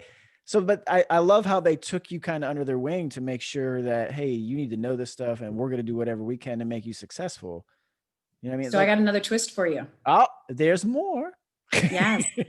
So this is 4th Recon Battalion, and these guys. Oh, so these guys know what they're doing. Yes, but there's some tough motor scooters. Okay. So you know, the conversation, of course, is, hey, what are you doing this for? And this is the first woman trying to do something combat arms related. And the Marine Corps was kind of the last to get on board on the full integration. And here's the coolest thing about it is I actually had one of them look me in the eye, and Gunner said, he's like, I don't know how I feel about women in combat arms, but I know if you're going to fail, it's going to be because you can't handle it. It's not going to be because I didn't train you. Right. And I just thought, what an awesomely mature way to look at it. Like, here we have, that would be anyone. It didn't have to be because you're a female. Like, it's the same, because I want everyone to understand when it comes to Ranger School, men fail this all the time. And it's not because of, you know, the fact that they're a male. It's, they just weren't, whatever reason, they just weren't there at the moment. Right. They didn't, for whatever reason, they didn't make it through. So it's not, I think what he's saying is the perfect thing that people need to understand. It's not because you weren't trained. It's because ultimately it's going to come down to you as an individual. Yes. Right? Okay. Yes. And I just thought that was, with all the resistance I got over the years, my Vietnam veteran dad who deployed with special forces, these recon Marines who are pure badasses down to every fiber of their being, you know, they're looking at me and saying, hey, I'm going to give you all the tools you need, not because I support women in the infantry, not because I support anything else, but because you're going to go and either succeed or fail on your own merit.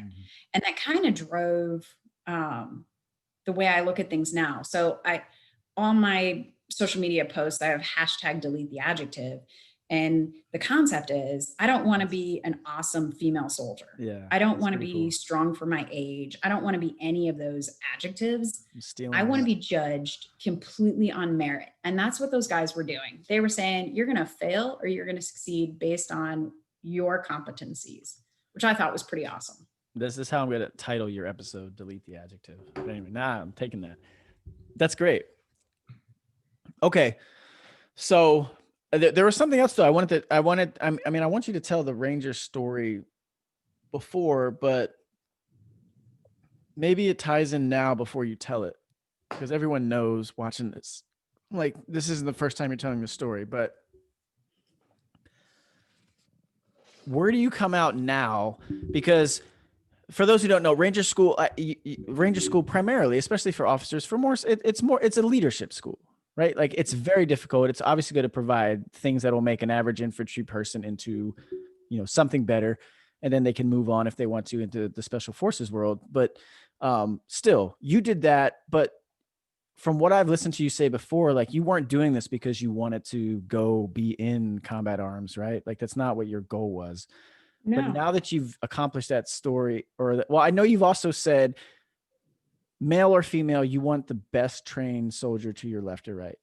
So Yes. I'm just curious. And it doesn't matter if you really want to get into it or not. If you don't, great, we'll move on. But it's going to happen. Like, there's already females in the infantry. There's probably going to be females who go through Ranger School. I already know there's females who have completed the Special Forces course, right? Mhm. They've got their Green Beret. Do you see that as something that is just inevitable? Like, these teams are going to all be integrated with females and they're there? Or do you feel like this is something we need to have because that makes us the best possible fighting force there is? Like, is it necessary, or is it something that we can just say, hey, yes, they can do it, but do we really want them doing that? Because I think that ties into what the Marines were telling you. Yeah. I'm going to throw this back at you, Eric. Yes. You're working as a recruiter, right? Yeah, kind of. Station commander, Kinda. same thing, kind of ish, same thing. Okay. You Right. work in recruitment. Yes. Yes. No. Let's Okay. do that. Yes. So how many times do you get a guy? I have put females into the infantry, if that's what you were. Okay, that's not what you're going to ask. Nope. Okay, great. No, I'm not going to put you on the spot that way. But how many times have you had guys walk into your office and say, I don't want combat arms? Oh, all the time. Yeah. Absolutely. So most of them don't. And I was going to say, like, the hardest MOS to probably, or field to recruit for? Yours. Infantry? No. Yeah. Oh, really? No one has ever walked into the office and said, I want to be in a horizontal engineer unit. They don't even know what that is. They have no idea what that is. No one's ever said they want to be a 12 November. It's never once came out of anyone's mouth. It's either Crazy. infantry or they don't want to do any of that. They just want medical. They want to be in the medical, we have so many different medical jobs. But yeah, go ahead. Yeah. Well, so the point is, why are we sitting here talking about recruiting and then telling half of our potential fighting force, no, you can't do any combat jobs? Right. Like, that's the part. There's so many men out there that don't want to. And then there's a surprisingly lot of females that do. Right. And they want to. So if they can, and if it's competency based, let them. Our Army, especially, a lot of the arguments that were made against us integrating were the same arguments that were made when Don't Ask, Don't Tell. Yeah. Regardless of what your opinion of gays in the military is, LGBTQ plus, any of that stuff. But, showers, sleep facilities, whatever. Yeah. All those arguments have been made and nothing's happened. Nothing's happened. Like, when I was on the top bunk and there was Joe Schmo, Ranger student, on the bottom bunk, he didn't care. He was snoring. I was snoring. Like, nobody cares. Yeah. And so everybody looks at this integration and they care.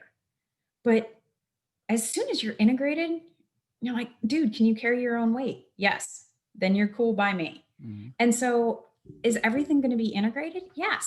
Because I got another thing, another just complete sidebar. When I take off my uniform and I go into the civilian world and I go to the beach, look at your 40-year-olds. Yeah. Look at your 40-year-old women and your 40-year-old men. There's a population out there. There, gotcha. What up?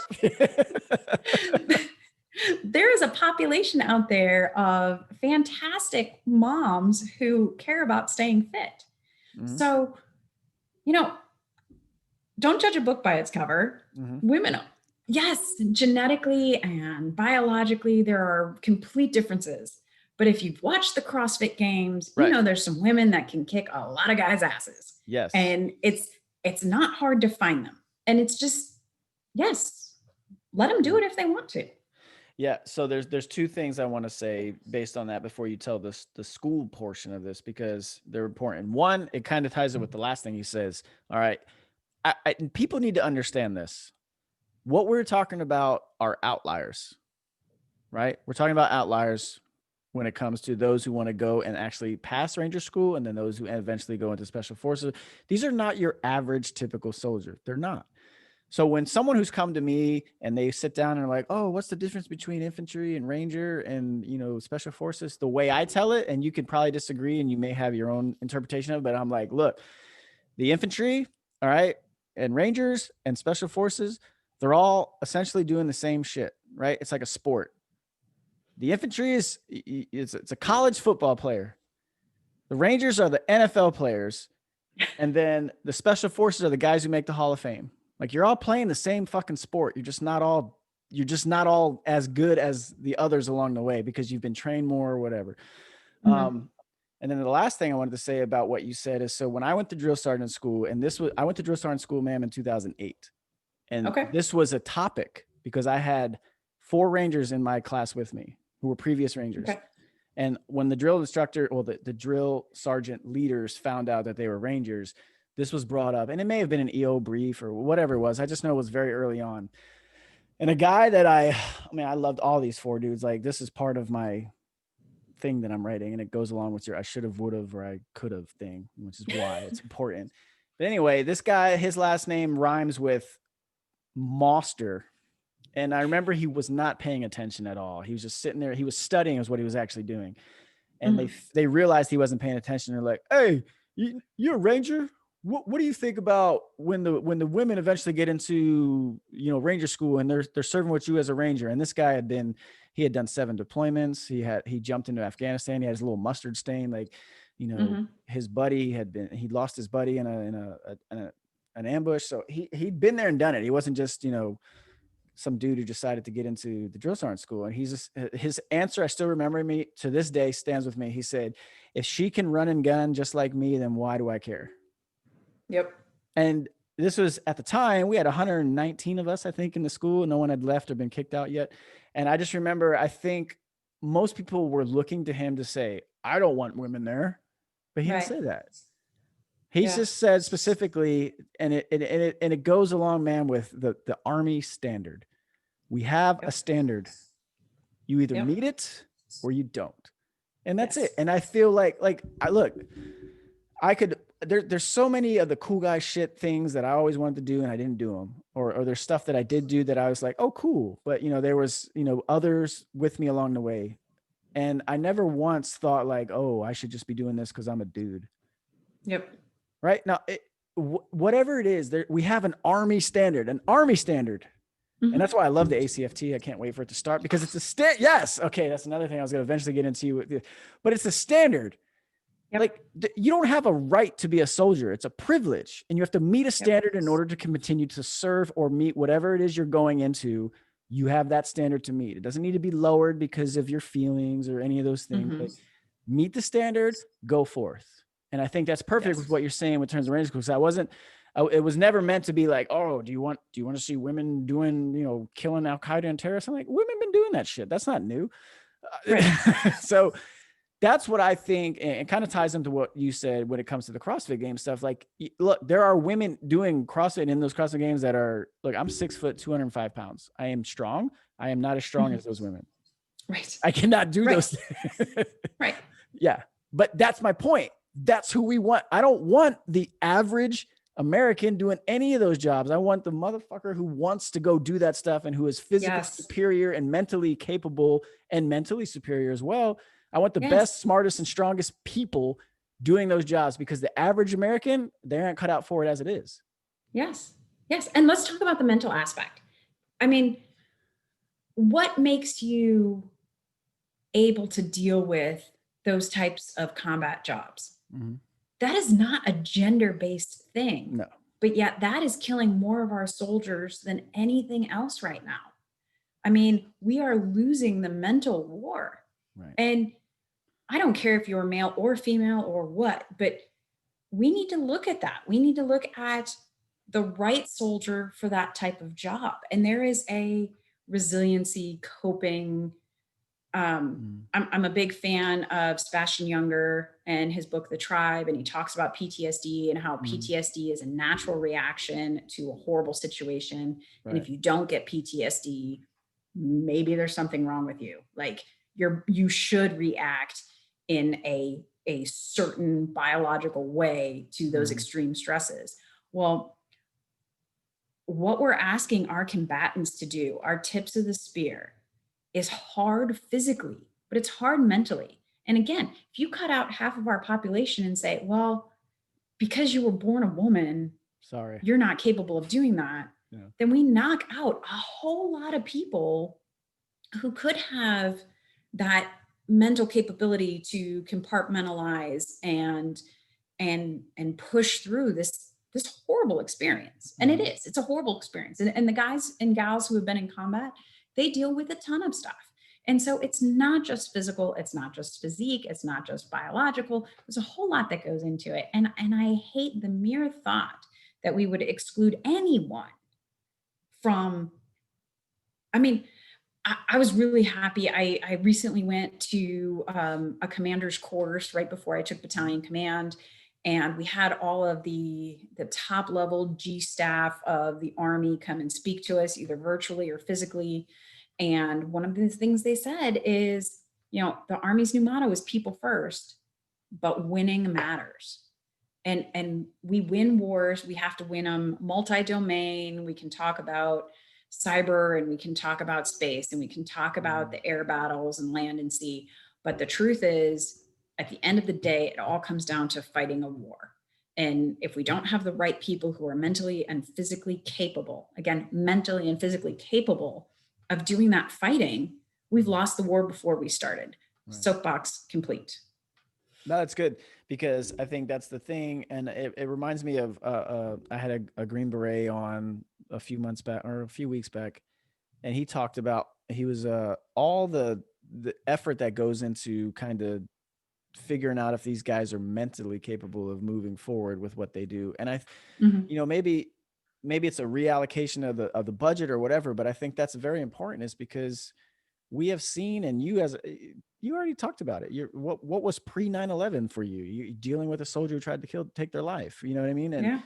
those things are not going away. And I get all the studies can be like, oh well, it doesn't happen any more per capita than civilians. Well, great, but that's not what we're trying to do. We're not trying to be the same as our civilian population because that's not we're being there's more being asked of us. Yes. So you want to have those individuals who choose to go into those fields at the peak mentally just as well as they are physically. Because if Yeah. they can deal with all the stuff that they're going to eventually come in contact with downrange, then maybe you can lessen what they have to deal with when they come back. Yes. And not that Ranger School is any equivalent to any combat environment, but I will tell you, I still have some of my classmates that give me a hard time via social media or ping me personally because I smiled. Like when we were in mountains, and it sucks, but I got recycled in mountains. And anyone who knows about the three phases of Ranger School, mountains by far sucks the most because it has mountains. Um, but I got to the peak of every mountain and I was smiling. And I would tell people, I'm like, I can't wait to bring my kids back here. I can't wait to walk Yeah. the Appalachian Trail without a ruck on my back, but just, my day pack. Do it. Yeah. And it was beautiful. And there was a lot of stuff that I really, really enjoyed because I had experiences in my life that could change it for me. And and that's one small example of I had some coping mechanisms where there was more than a lot of people who quit in mountains. Like that Yeah. was a good time to quit because it sucked. And when I went through the second time, it got cold at night and it sucked. You had bees, snakes, and cold weather. And the mountains. Yeah. So there's lots of people who mentally couldn't handle it. And on the flip side, that ended up being one of my favorite times because it was so cool to think of hiking in those woods with my husband and my kids. Yeah. So yeah. Was that Again, kind of, so was that something, was that something that was kind of a driving force for you? Because I think people need to realize that, like, cause I don't want you to tell, I know you've already told, what it was like to go through, getting picked up and people not wanting to get in the van with you because of the cab. Oh no, we're going to Ranger School. Like you've told that yeah. story before, and I don't want to do the same thing. So what about Ranger School when you got there? What was it like for you in terms of what was quitting in term? But let me put it that way, because you already had enough pressure heaped upon you just by the fact that, oh, you're the first of, your kind. Yes. So you had enough pressure before you I even was a got there. unicorn. Yeah, you had enough pressure before you even got there. So I know you recycled a few times, as most do when they go through this stuff. Like it's rare for everyone to just kind of, it's not easy, right? Right. Yeah. So what was your driving force, and aside to that, what was the what was it for you that wasn't going to allow you to just give up? So I will say this is so stupid because it started as something grand. I'm going to be Mhm. one of the first women. I'm going Yep. to I'm going to change America. I'm going to delete I'm going to delete the Adjective. uh no, I was going Oh. to delete the Combat Exclusion Act. Oh, okay. Like There where you go. women can go to Yeah. combat. I'm going to do all these things and I am going to delete the adjective, damn it. And then I'm like, I want to be a good example for my children and I want to open doors for future women. And honestly, it ultimately ended up with I shaved my head for this shit. I can't go home with just a story. Great. That's a good line. The ranger instructors would say, you either go home with a tab or a story. And everybody who doesn't okay. graduate from ranger school has this fantastic story of why they didn't. And Yeah. they're all true. And I'm like, I can't have a shaved head and just a story. And that was literally went through my mind every day. And where I think you might have thought I was going, and I don't know, I'm gonna hypothesize here, is people ask me if my kids were my motivation. And it was really funny because at the start of ranger school, I didn't carry a picture of my husband, my kids, anything. Yeah. And I think I had been there about 6 weeks when one of the guys came up to me. He's like, hey, when we got letters, my wife sent me an ultrasound and nobody else here cares. Can I show it to you? And he was super excited. And I mean, this was 2 o'clock in the morning. We're on perimeter guard. Somebody's planning the next mission in the center of the perimeter. And he's showing me this ultrasound. And I thought, holy shit, these guys miss their kids too. Like, why am I trying to be so hard? And by denying the fact that I have a family and I'm missing them, I'm not pushing down my femininity. I'm pushing down my humanity. Yeah. And I actually sent my mom and my husband a letter that very next day and said, hey, laminate some pictures of the kids and send them to me. And I'm going to carry those around. And they weren't necessarily my motivation, but I allowed myself to miss them, which made the rest of the experience, my second time through mountains, it made it more fun because I did think about, oh, this is really cool. We're hiking here and a helicopter is going to land right over there. Yeah. I want to show my son this. He loves helicopters. So but then that's why I also say, like, I think it's so unique in the fact that the stage of your life and the stage in your military career where you went through that. Because it would probably be 100% different if you were 10, 11 years younger, right? Oh, yeah. Or even if you were still single and you hadn't met your husband, whatever. I think things would be different. So I think what a lot of people don't understand and may want to ask, and I don't think I've heard it. And if you've already said it, I apologize, but hey, different audience here. Yeah. Why do most people fail a specific phase? Like what is it? What causes them to fail? There's the reasons why you fail. You fail tactics, Okay. Serious incident. You get too many negative marks. But the truth is, at some point in time, small unit tactics aren't hard.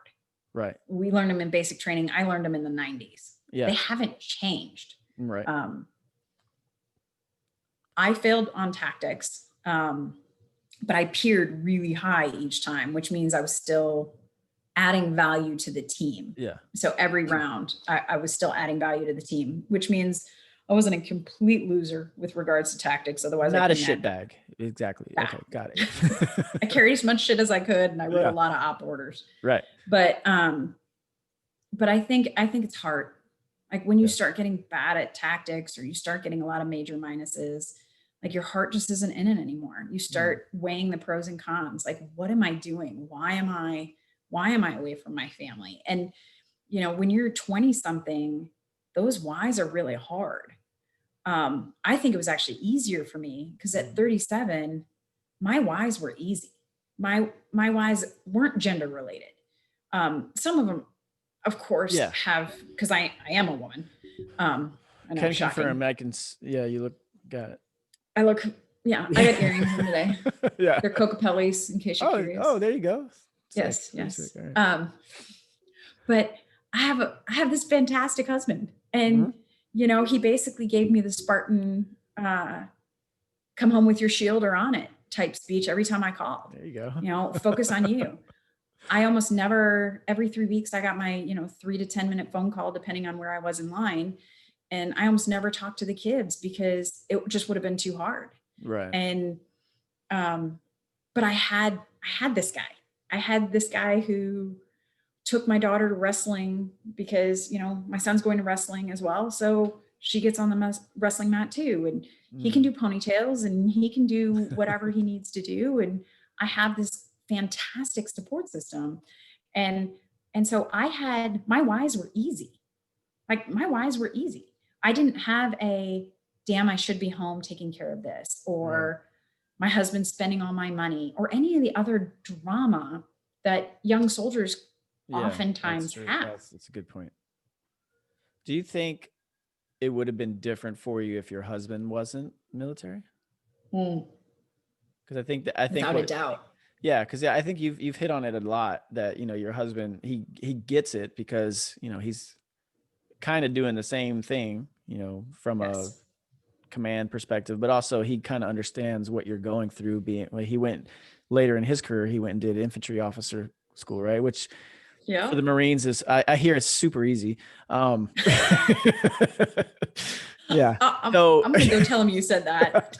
Hey, so I know, but so I just I'm always curious about that because you touched on something that a lot of young soldiers they get into relationships when they're not ready, and they go through things and they experience things like a spouse spending their money or whatever. And you didn't have to worry about those things. So that's why I just wonder if you were married to a civilian, if it would have been the same, or if they didn't.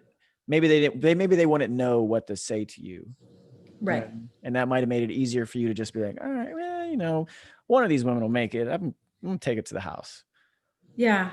I think if I was married to civilian version of Alan Jaster, it would have been okay because he knew what he was getting into. Yeah. We also got married a little older. I was 29 and he's older than me. So we weren't 18-year-olds that were starstruck.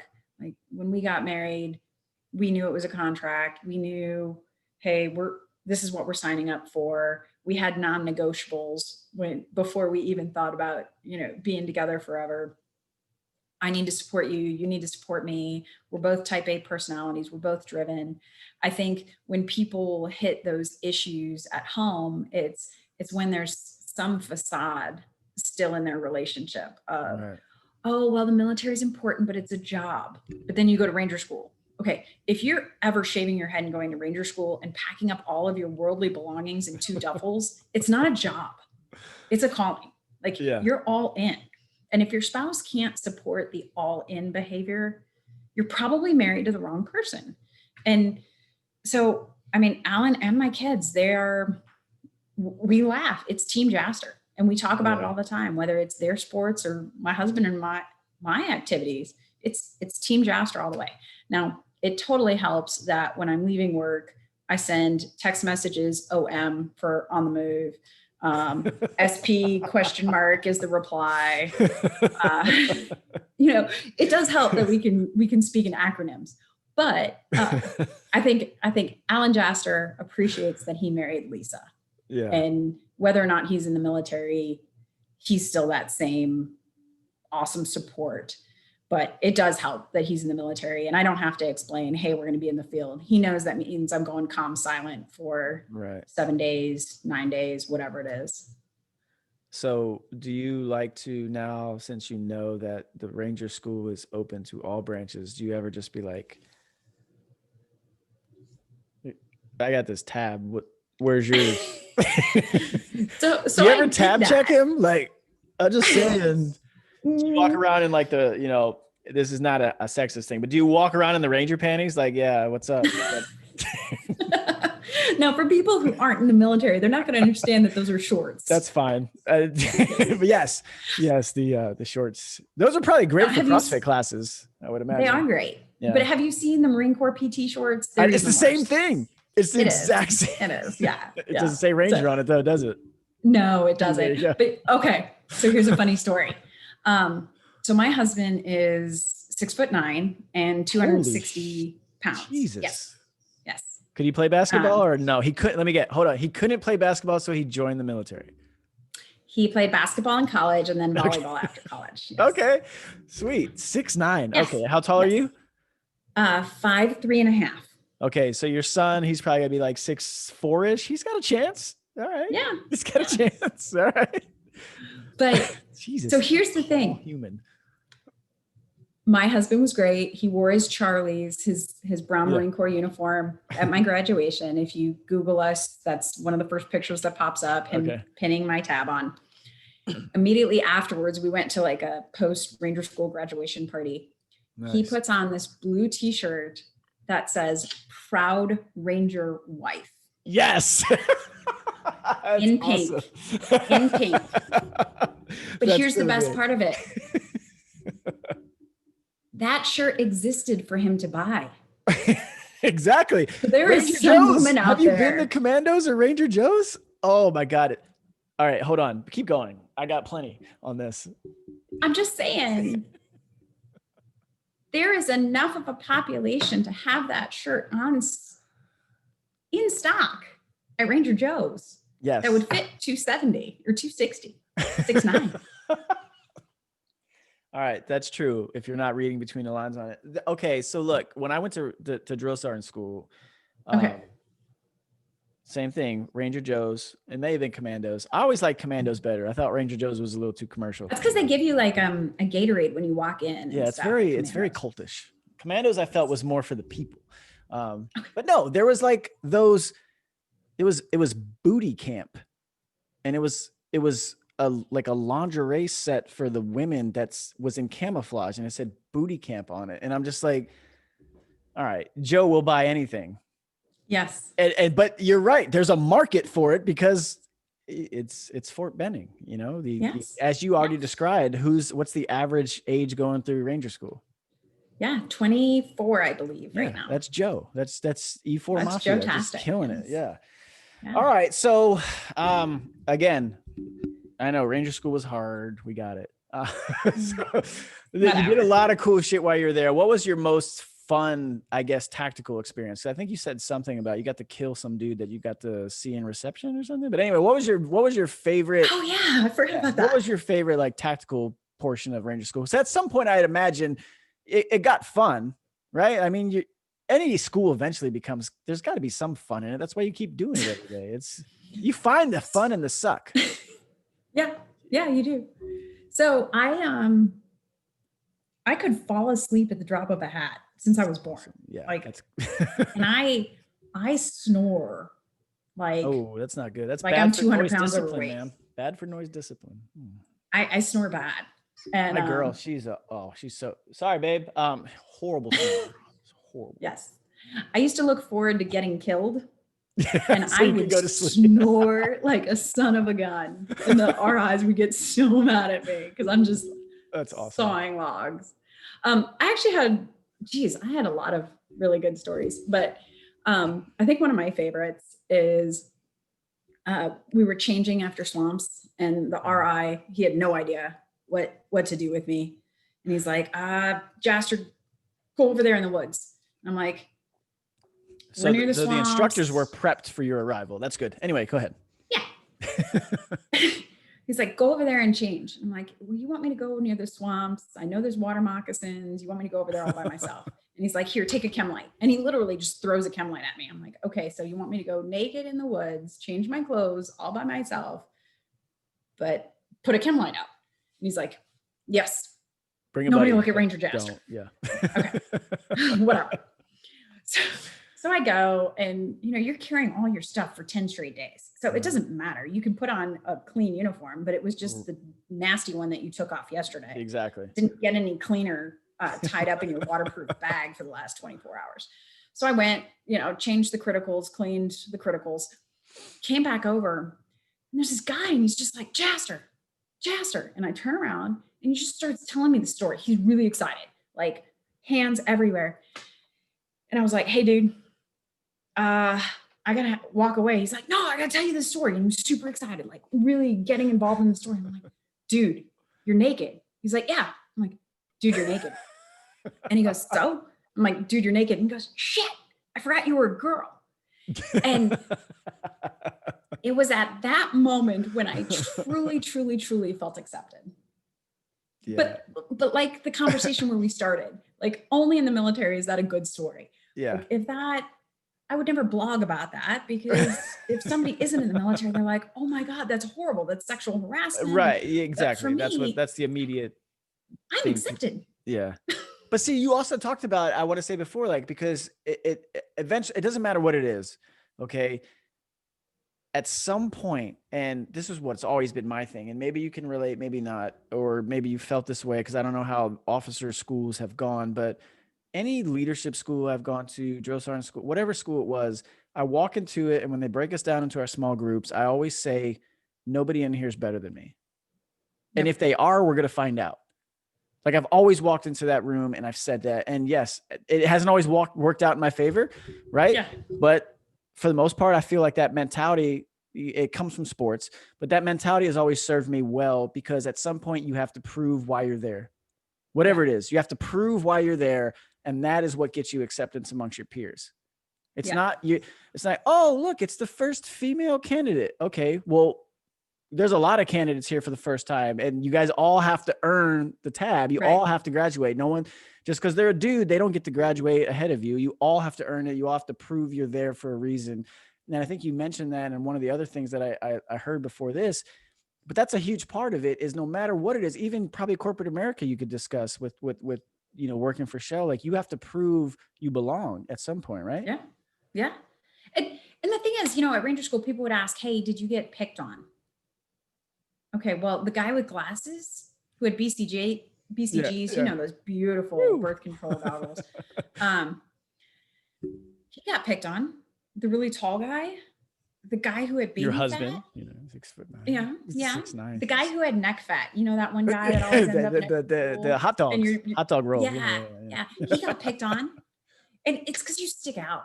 And I think that's what people don't realize is that. Number one, I never felt you're supposed to get picked on. Right. But I wasn't a white male, 23 to 25, right. With a shaved head. I looked different. Yes. So I got noticed. So I couldn't half-ass push-ups when everybody was getting smoked. I couldn't grab the light bag that was full of pillows when we were doing overhead squats. Like I was going to get noticed. And was that getting picked on? No more than, the few minorities we had in the class, or the people who just stuck out and looked different. And I give a lot of credit to the Ranger instructors, because, they left every day. They went home and they got to hear all the media and all the shit that was going on. They got their buddies saying, hey, are you going to let a woman pass? Are you going to let any of this stuff happen? I didn't have to hear any of that. And all of my classmates were just saying, can you carry your own shit? Yes, you're good with me. And so I never had to deal with all the sexism that was a big deal to America while we were going through Ranger School. That wasn't an issue for me. So I think that you touched on something. When I went through basic training, I went through basic training at Fort Jackson, and then I went through when I was a drill sergeant school was at Fort Jackson. But then when I was a drill sergeant, it was at Fort Benning, and it wasn't integrated at the time. I actually served we went to Fort Knox when she was there, but she was actually the first female drill sergeant at Fort Benning. Drill Sergeant Sanchez. What's up, Battle? And she married my battle buddy from drill sergeant school. It's a small world. Anyway, but no, I think from what I remember from basic training is because when I went to basic training, I was 21 years old already. So I was a little older. Like I had done sports and you already know that. So basic training wasn't hard for me, but for those of the people who, for the first time being away, like what I noticed in an integrated environment, because that's all I knew. I didn't know like basic training was supposed to be, I didn't know Fort Benning existed at the time, it's all male. Yes, it's integrated somewhat now, but I still remember Private Howard. This girl, she's 19. She refused treatment for weeks because she had stress fractures in her hip from the road marches.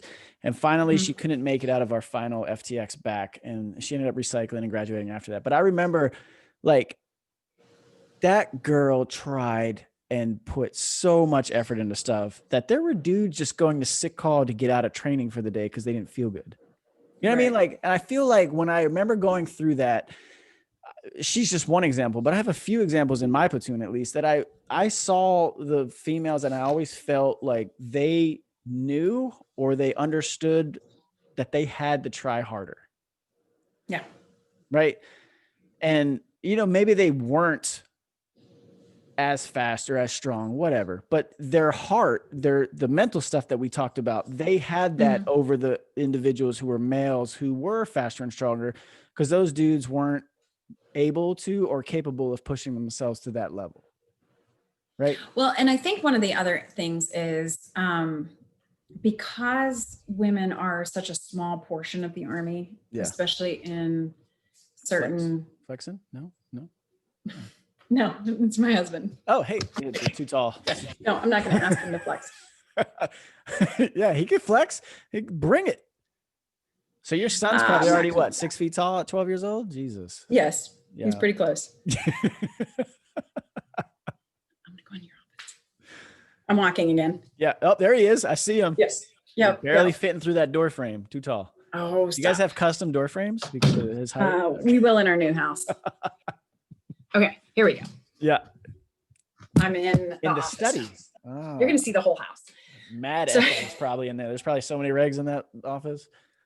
That whole shelf right there. Yeah, I can see. Yeah, I can see him. Yeah, pretty sad. Yeah. So one of the things I wanted to say though is, because women are a smaller percentage of the military, if somebody does something bad and they're a female, it kind of holds over to a lot of the other females, which since, again, I went to West Point, so 90% male, and then engineer branch, and I worked construction, I worked offshore, oil and gas, I worked in an engineering firm. It's always been a male dominant environment. So if you have a female, that's 10% of the organization is representative of a lot of the females. So people like me will try to fight whatever the stigma is. So if they're in my first platoon, I had a soldier that's like, oh, I have my period, so I can't go swimming. Well, I went swimming every freaking day for the next 6 weeks to prove that obviously you can. And there was no reason to do that. And so I think a lot of women put that on themselves, that they have to counterbalance, where as a guy, you realize there's some weak-minded men and there's some strong-minded men, and there's a whole lot of both. And the military attracts more of the strong-minded people, but one or two women who will use those things as a crutch, make the rest of us so sensitive, so overly sensitive, that sometimes we overdo I got to prove myself. And I definitely fall into that category. No, I think that's the same. So the other thing I do once a week is a different show from this, but it's a female who is kind of like one of the mainstays with me, who I met on my last deployment to Kuwait. Well, deployment. Kuwait's not a deployment, you know that. My last overseas rotation to Kuwait, Yes. I met her, and it was through CrossFix. I was a coach over there, and she was as well, and that's how we met. And we've maintained friendships now, and we continue to talk. But the main reason I keep her on is exactly what you just described, and then why I wanted her on to talk all this stuff with me. Because A, she's very smart, but B, like, she's someone who she's gonna beat your ass when it comes to a workout, or she's gonna die trying, because that's just her mentality. Right. And she doesn't look at it like these people endear themselves to you based on their physical performance and their ability to do something. It's not about the gender, right? But I think it goes into what you're saying, because there are look, you're a battalion commander. You know that you get these reports, whether you know every soldier in your formation. I don't expect you to, but you know who the shitbags are, right?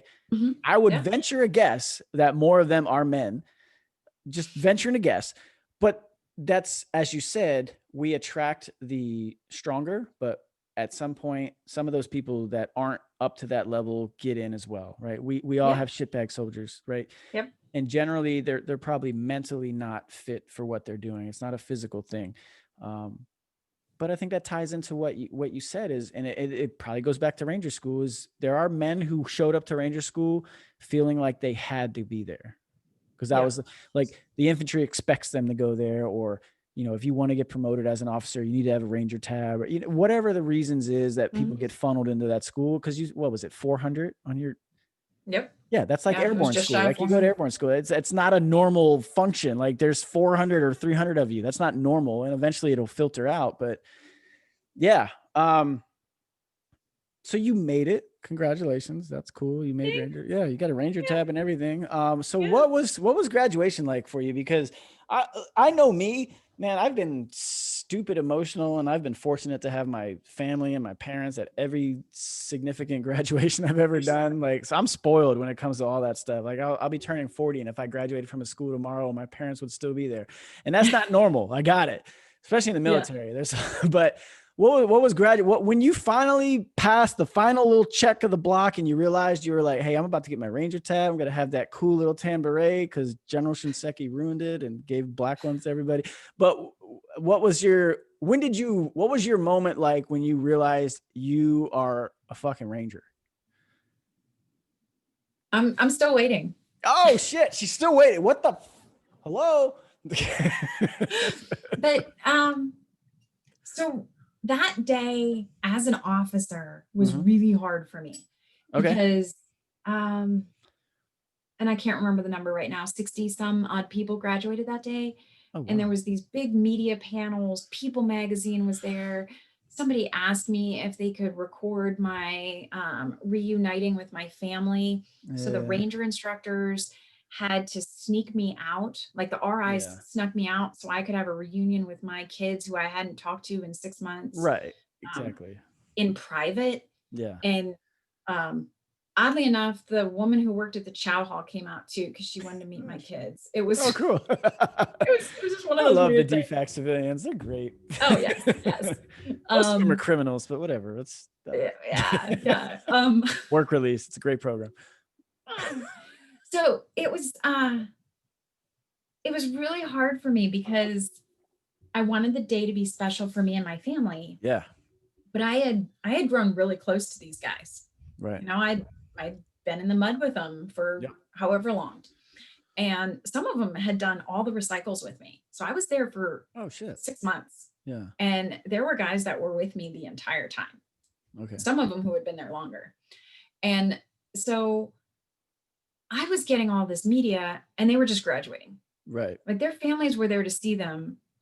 But I had people like having to secure me and block me and keep the media away. And I really thought that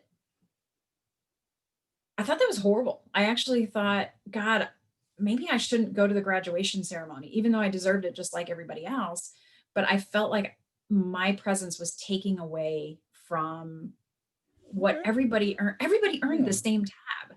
That's so selfless. My presence there shouldn't take away their glory. As far as family, so something really sad happened, and I'm gonna blurt it out because it's easier. But I thought I was gonna graduate after my first round through swamps, and I ended up recycling. And that was a huge blow. And when I called home, I hadn't heard about this, but I found out that my dad had terminal cancer. Oh, shit. So my dad is a 1968 Ranger School graduate. Yep. Mhm. Was.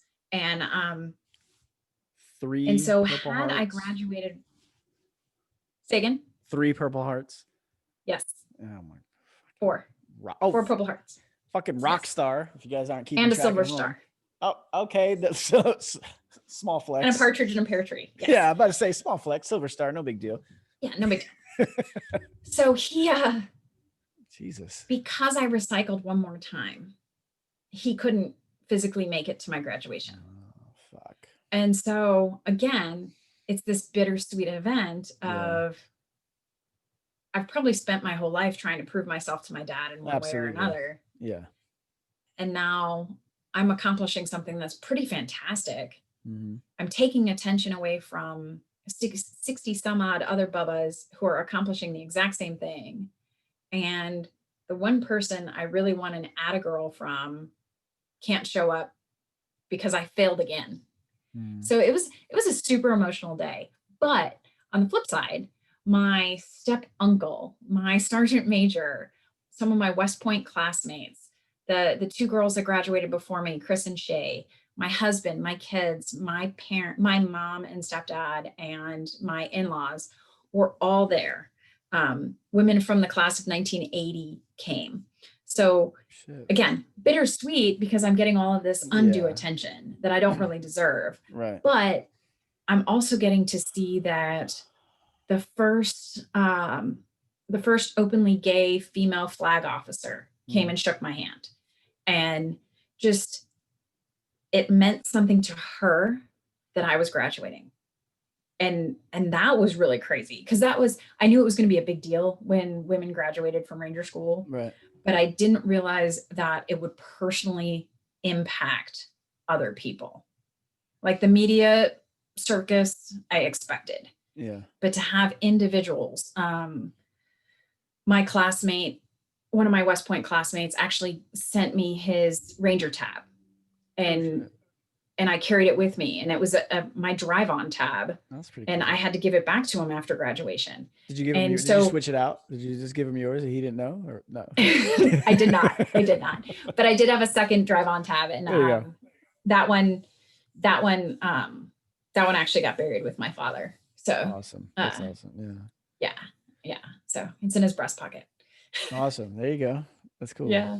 So he so it was a very crazy emotional event, some good, some bad. And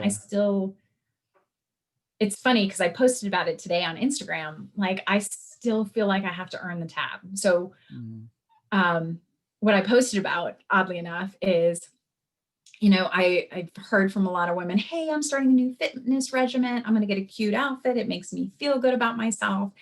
And on days when I don't want to go to the gym, I put on my Ranger sweatshirt or my Ranger panties. There you go. Yes, because I have to earn those every day. And I really feel like I have to earn it because I'm not done yet. Like going to Ranger school at 37, that's fine. But that's just the beginning. What do I do with it now? Right. Do I represent myself well? Do I lead by example? Am I living the Ranger values? And no, I've never been in Ranger regiment. I never will be. They don't have a reserve. Yeah. But do I earn that tab every day? So do you still do CrossFit, or you just run ridiculously long for no reason? I hate running. Exactly. We all do. Yes. So I did quit my CrossFit gym when I had this shoulder surgery. Okay. They went in and they found out that my bicep wasn't attached anymore, which I didn't know. That could be a problem. Yeah. So I kind of need to finish recovery. I can almost get my arm over my head. Oh, sweet. Oh, cool. Okay. But, yeah. Damn. So someday I'll CrossFit again. Okay. No, I was going to ask if they, because this, probably every gym's got some people who are in the military in it. So I was just curious if, you show up flexing your Ranger panties, it's like, whoa, what are you doing wearing those? Because they don't know who you are. Like, well, actually, AKA, I am a Ranger. Who are you? Do you ever flex? When was the last time you flexed on someone, ma'am? Come on. You've had to have flexed. So I won't tell you the last time. I'll tell you the best time. Okay, the best time's better. So I show up to Kuwait. I deployed to Iraq in 2018. This is gonna be good. Okay, go ahead. So we're going through that in processing. You know, you're in Kuwait for like 2 hours, and then you get on a plane and go north. And I had some guy actually ask me for my orders to wear my tab. He's like, I want to see a copy of your orders. And I was just, you know, the travel. Oh God, like, Kuwait is so, it's a real place, but it's not. Well, the Army turns a 14-hour trip into like 36 plus hours. So you're dead. And I'm a field grade officer, so I can't lose my cool. I can't take off my boots and my blouse and sleep on a bench. Like I've got to maintain some good order and discipline. So by the time I get through this in processing in Kuwait, and I have this Bubba asking me for my orders to wear my Ranger tab, I looked at him and said, you need to just fucking Google me. And walked away. That's it. That's all I said. Google me. That's awesome. That is fucking awesome. My NCO was like, ma'am, you can't. I'm like, it's either that or I punch him in the throat. Who does? Yeah, seriously, like, bro, relax. Your whole job is RSOI. Just fucking swipe the ID card. Let's move on. That's it. Be done. That's it. Yes. That's good though. That's legit. You should do that again in the future if you continue to serve on, because someone's gonna ask. You know, it's gonna like, oh, we wearing a Ranger tab. Would you Ranger? Yeah. I get a lot of, where'd you get that from? Or PX. Where else do I get this from? Exactly. Class or clothing and sales. That's where I got it from. Nerd. I just tell them it's $249 at the PX. Exactly. You can get one too. Why are Ranger tabs so cheap, but every patch is like $40? I don't know. God. Have you gotten the new pinks and greens yet? Did you buy those yet? God, no. No, I'm still waiting for them to be, because we're supposed to get issued. They're supposed to be issued in February, but COVID, apparently logistics don't no longer exist. But no, because I was gonna say, like, your guys, like, the women's uniform looks pretty legit, and now you get to throw a Ranger tab on that. That's good. You know what? Nowhere in the Army regulation does it say exactly where it should go. Oh, just really? For women. Okay, so you're gonna get creative and fashion. We had to once upon a time. No, I still have my greens, my class A's. So I got those. The greens are in there somewhere, and then the ASUs are in there. I thought. Yeah, and my blues are still the ones I was issued late 1999, early 2000. Can you tell me? I still wear those. Maybe you know this, and maybe your husband is connected. I don't know, because you guys are field grades. So, is there any reason why the Army has to get a new, like, utility uniform and a new dress uniform apparently every 5 years? No, none. I'm just waiting till the next one comes out. Okay, I was just waiting. Maybe you'd break some news on the podcast. I don't know. I'm just curious. No. Since I've came in, I was issued BDUs. Right. Then we got then we got the DCUs for Iraq. Then we got ACUs. Then we got multicam. And now we have, now we're back to technically the OCP. Yeah, whatever. / BDUs. Yeah. 2 dress uniforms, the greens and the ASUs. PTs.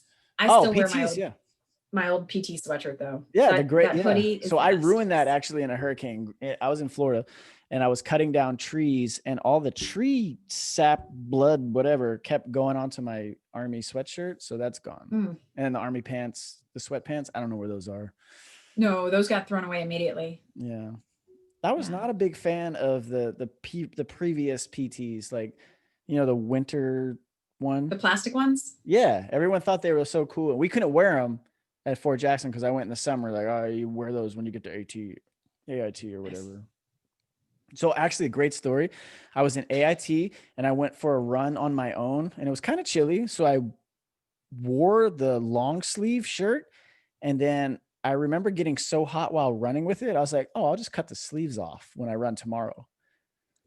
So, E1, me, decided to cut the sleeves off of a long sleeve PT shirt and go running after hours, of course, on Fort Jackson.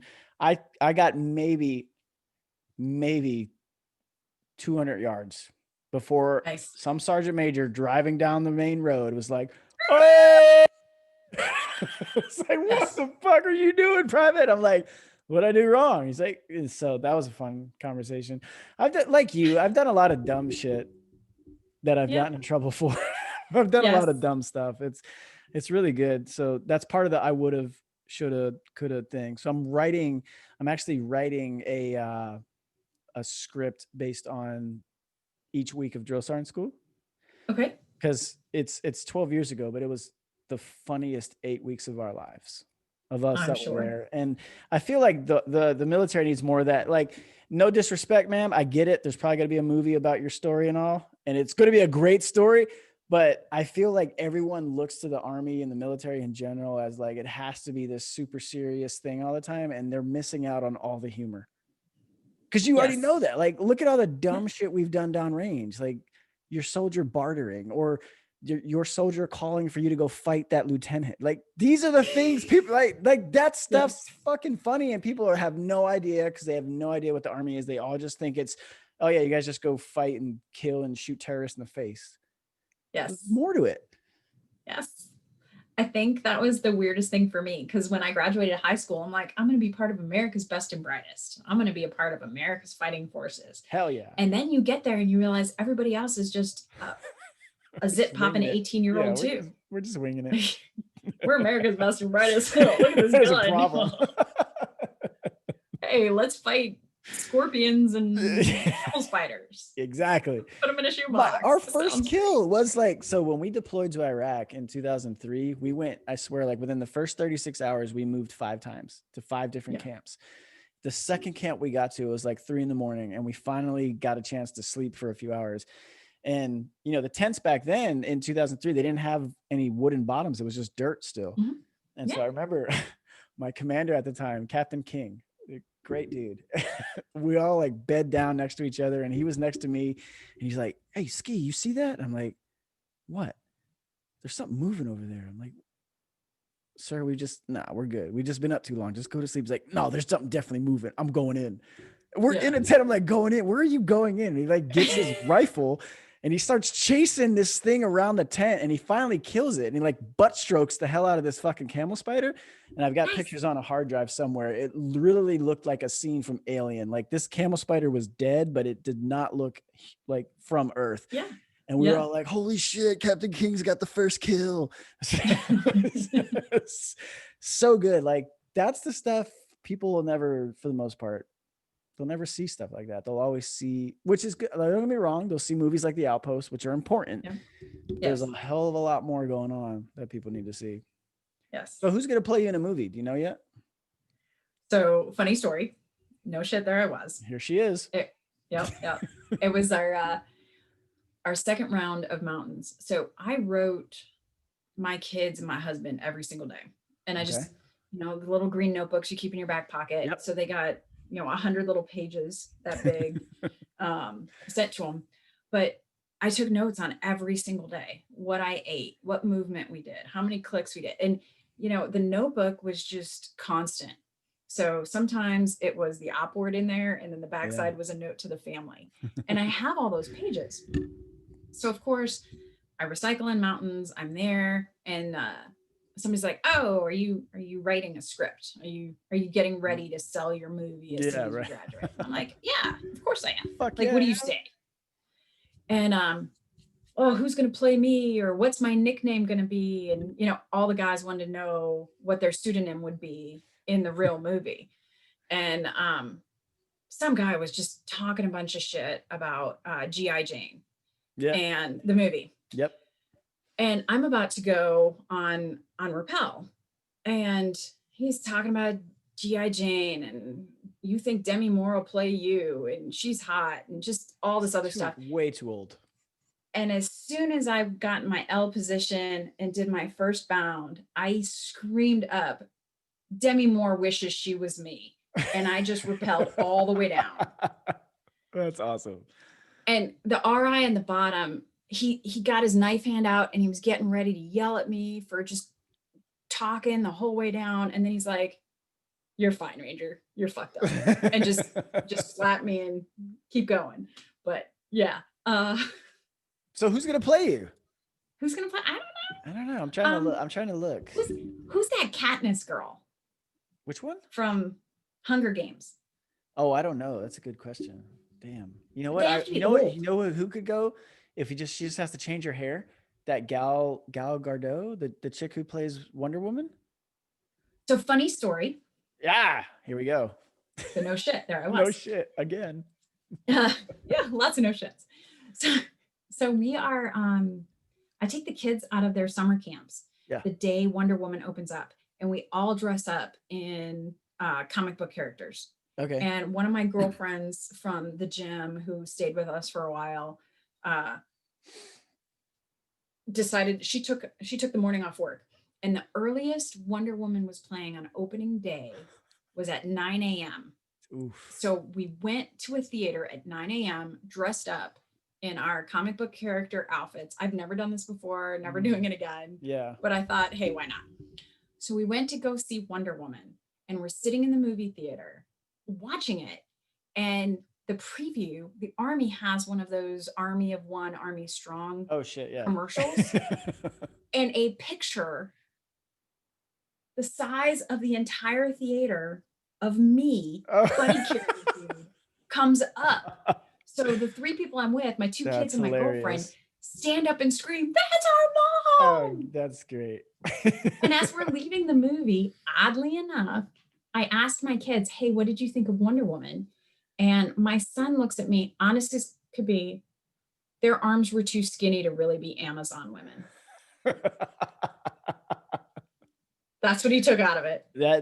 That's fair, right? I mean, Yeah. he didn't, but that would be a good person to play, right? I mean, Sure. yeah, I feel like that's Sure. good. She just lighten the hair up a little bit. That'd be good to But go. she just has to shave it.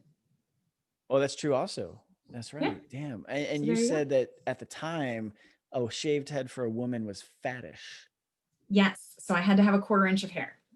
Quarter inch hair. That's what I got. And I did not show up because they had told us it could be 1/8 of an inch to a 1/4 inch. Yes. And I You showed had up to with show a up quarter. already haircut ready? They didn't send you guys Yes, to the but mine barber? was a 1/4 inch and it was tapered in the back. Ah. So I had a high-end hoa. Yeah, I've seen the And, picture. Like I said, ma'am, yes. Unfortunately I've seen the picture. It looks Masculine. Let's go with that. You said it. Yes. Not me. I So- just confirmed. I did not have a shaver. Yeah.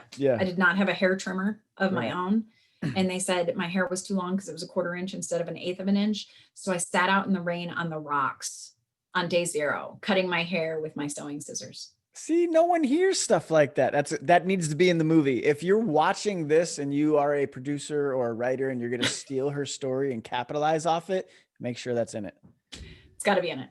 Yes. Got to be in it. That's actually, you know what? If you wouldn't have said that and that was in the movie, people would be like, "Oh, come the fuck on." That's so, no one's sitting out cutting their own hair, because that's what it's going to be. It's not going to be that last little, it's going to be you.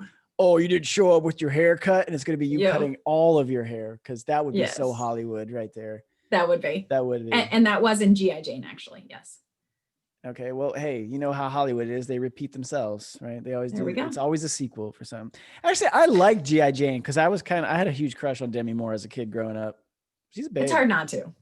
It is hard not to. She's a babe. Yeah. I don't know what she looks like now. It's been a long time since she's been in a movie. I think she still looks fantastic. Probably, yeah. I would imagine. I don't think people like that. Hollywood actresses, they don't really age poorly. They can afford. No. Her and Halle Berry look better at 60 Berry. than they did at 30. I'm a big Scarlett Johansson. I would say that would be another potential candidate. Scarlett Johansson. Yeah, and she does the redheaded thing. Yeah, so there you go. The soulless ginger, as you Yeah. described it as. Yeah, and I've gone as Black Widow for Halloween before, so it's perfect. Well, there we go. All right, so Scarlett Johansson, I know you subscribe to this. Let's just be honest. So please, when you get the chance to finish listening to all of this, go ahead and get whoever it is that write this little story real quick. And let's get a real Hollywood blockbuster, because I don't know about where you're living or how things are for you, man, but we finally got a chance to go to a movie about 3 months ago. That's been ceased again in California. But the first movie we went to, we literally left. We walked out of it. It was so bad. Hollywood they're on the struggle bus right now, can't make movies. I don't know who's writing them and who's producing them, but we need some good movies. And I feel like, maybe your story, someone will watch it. I would. Someone will. Yeah. There's at least one person out there. Maybe. Probably 2, 3. I'll drag all 2 of these people with me. We're going. Perfect.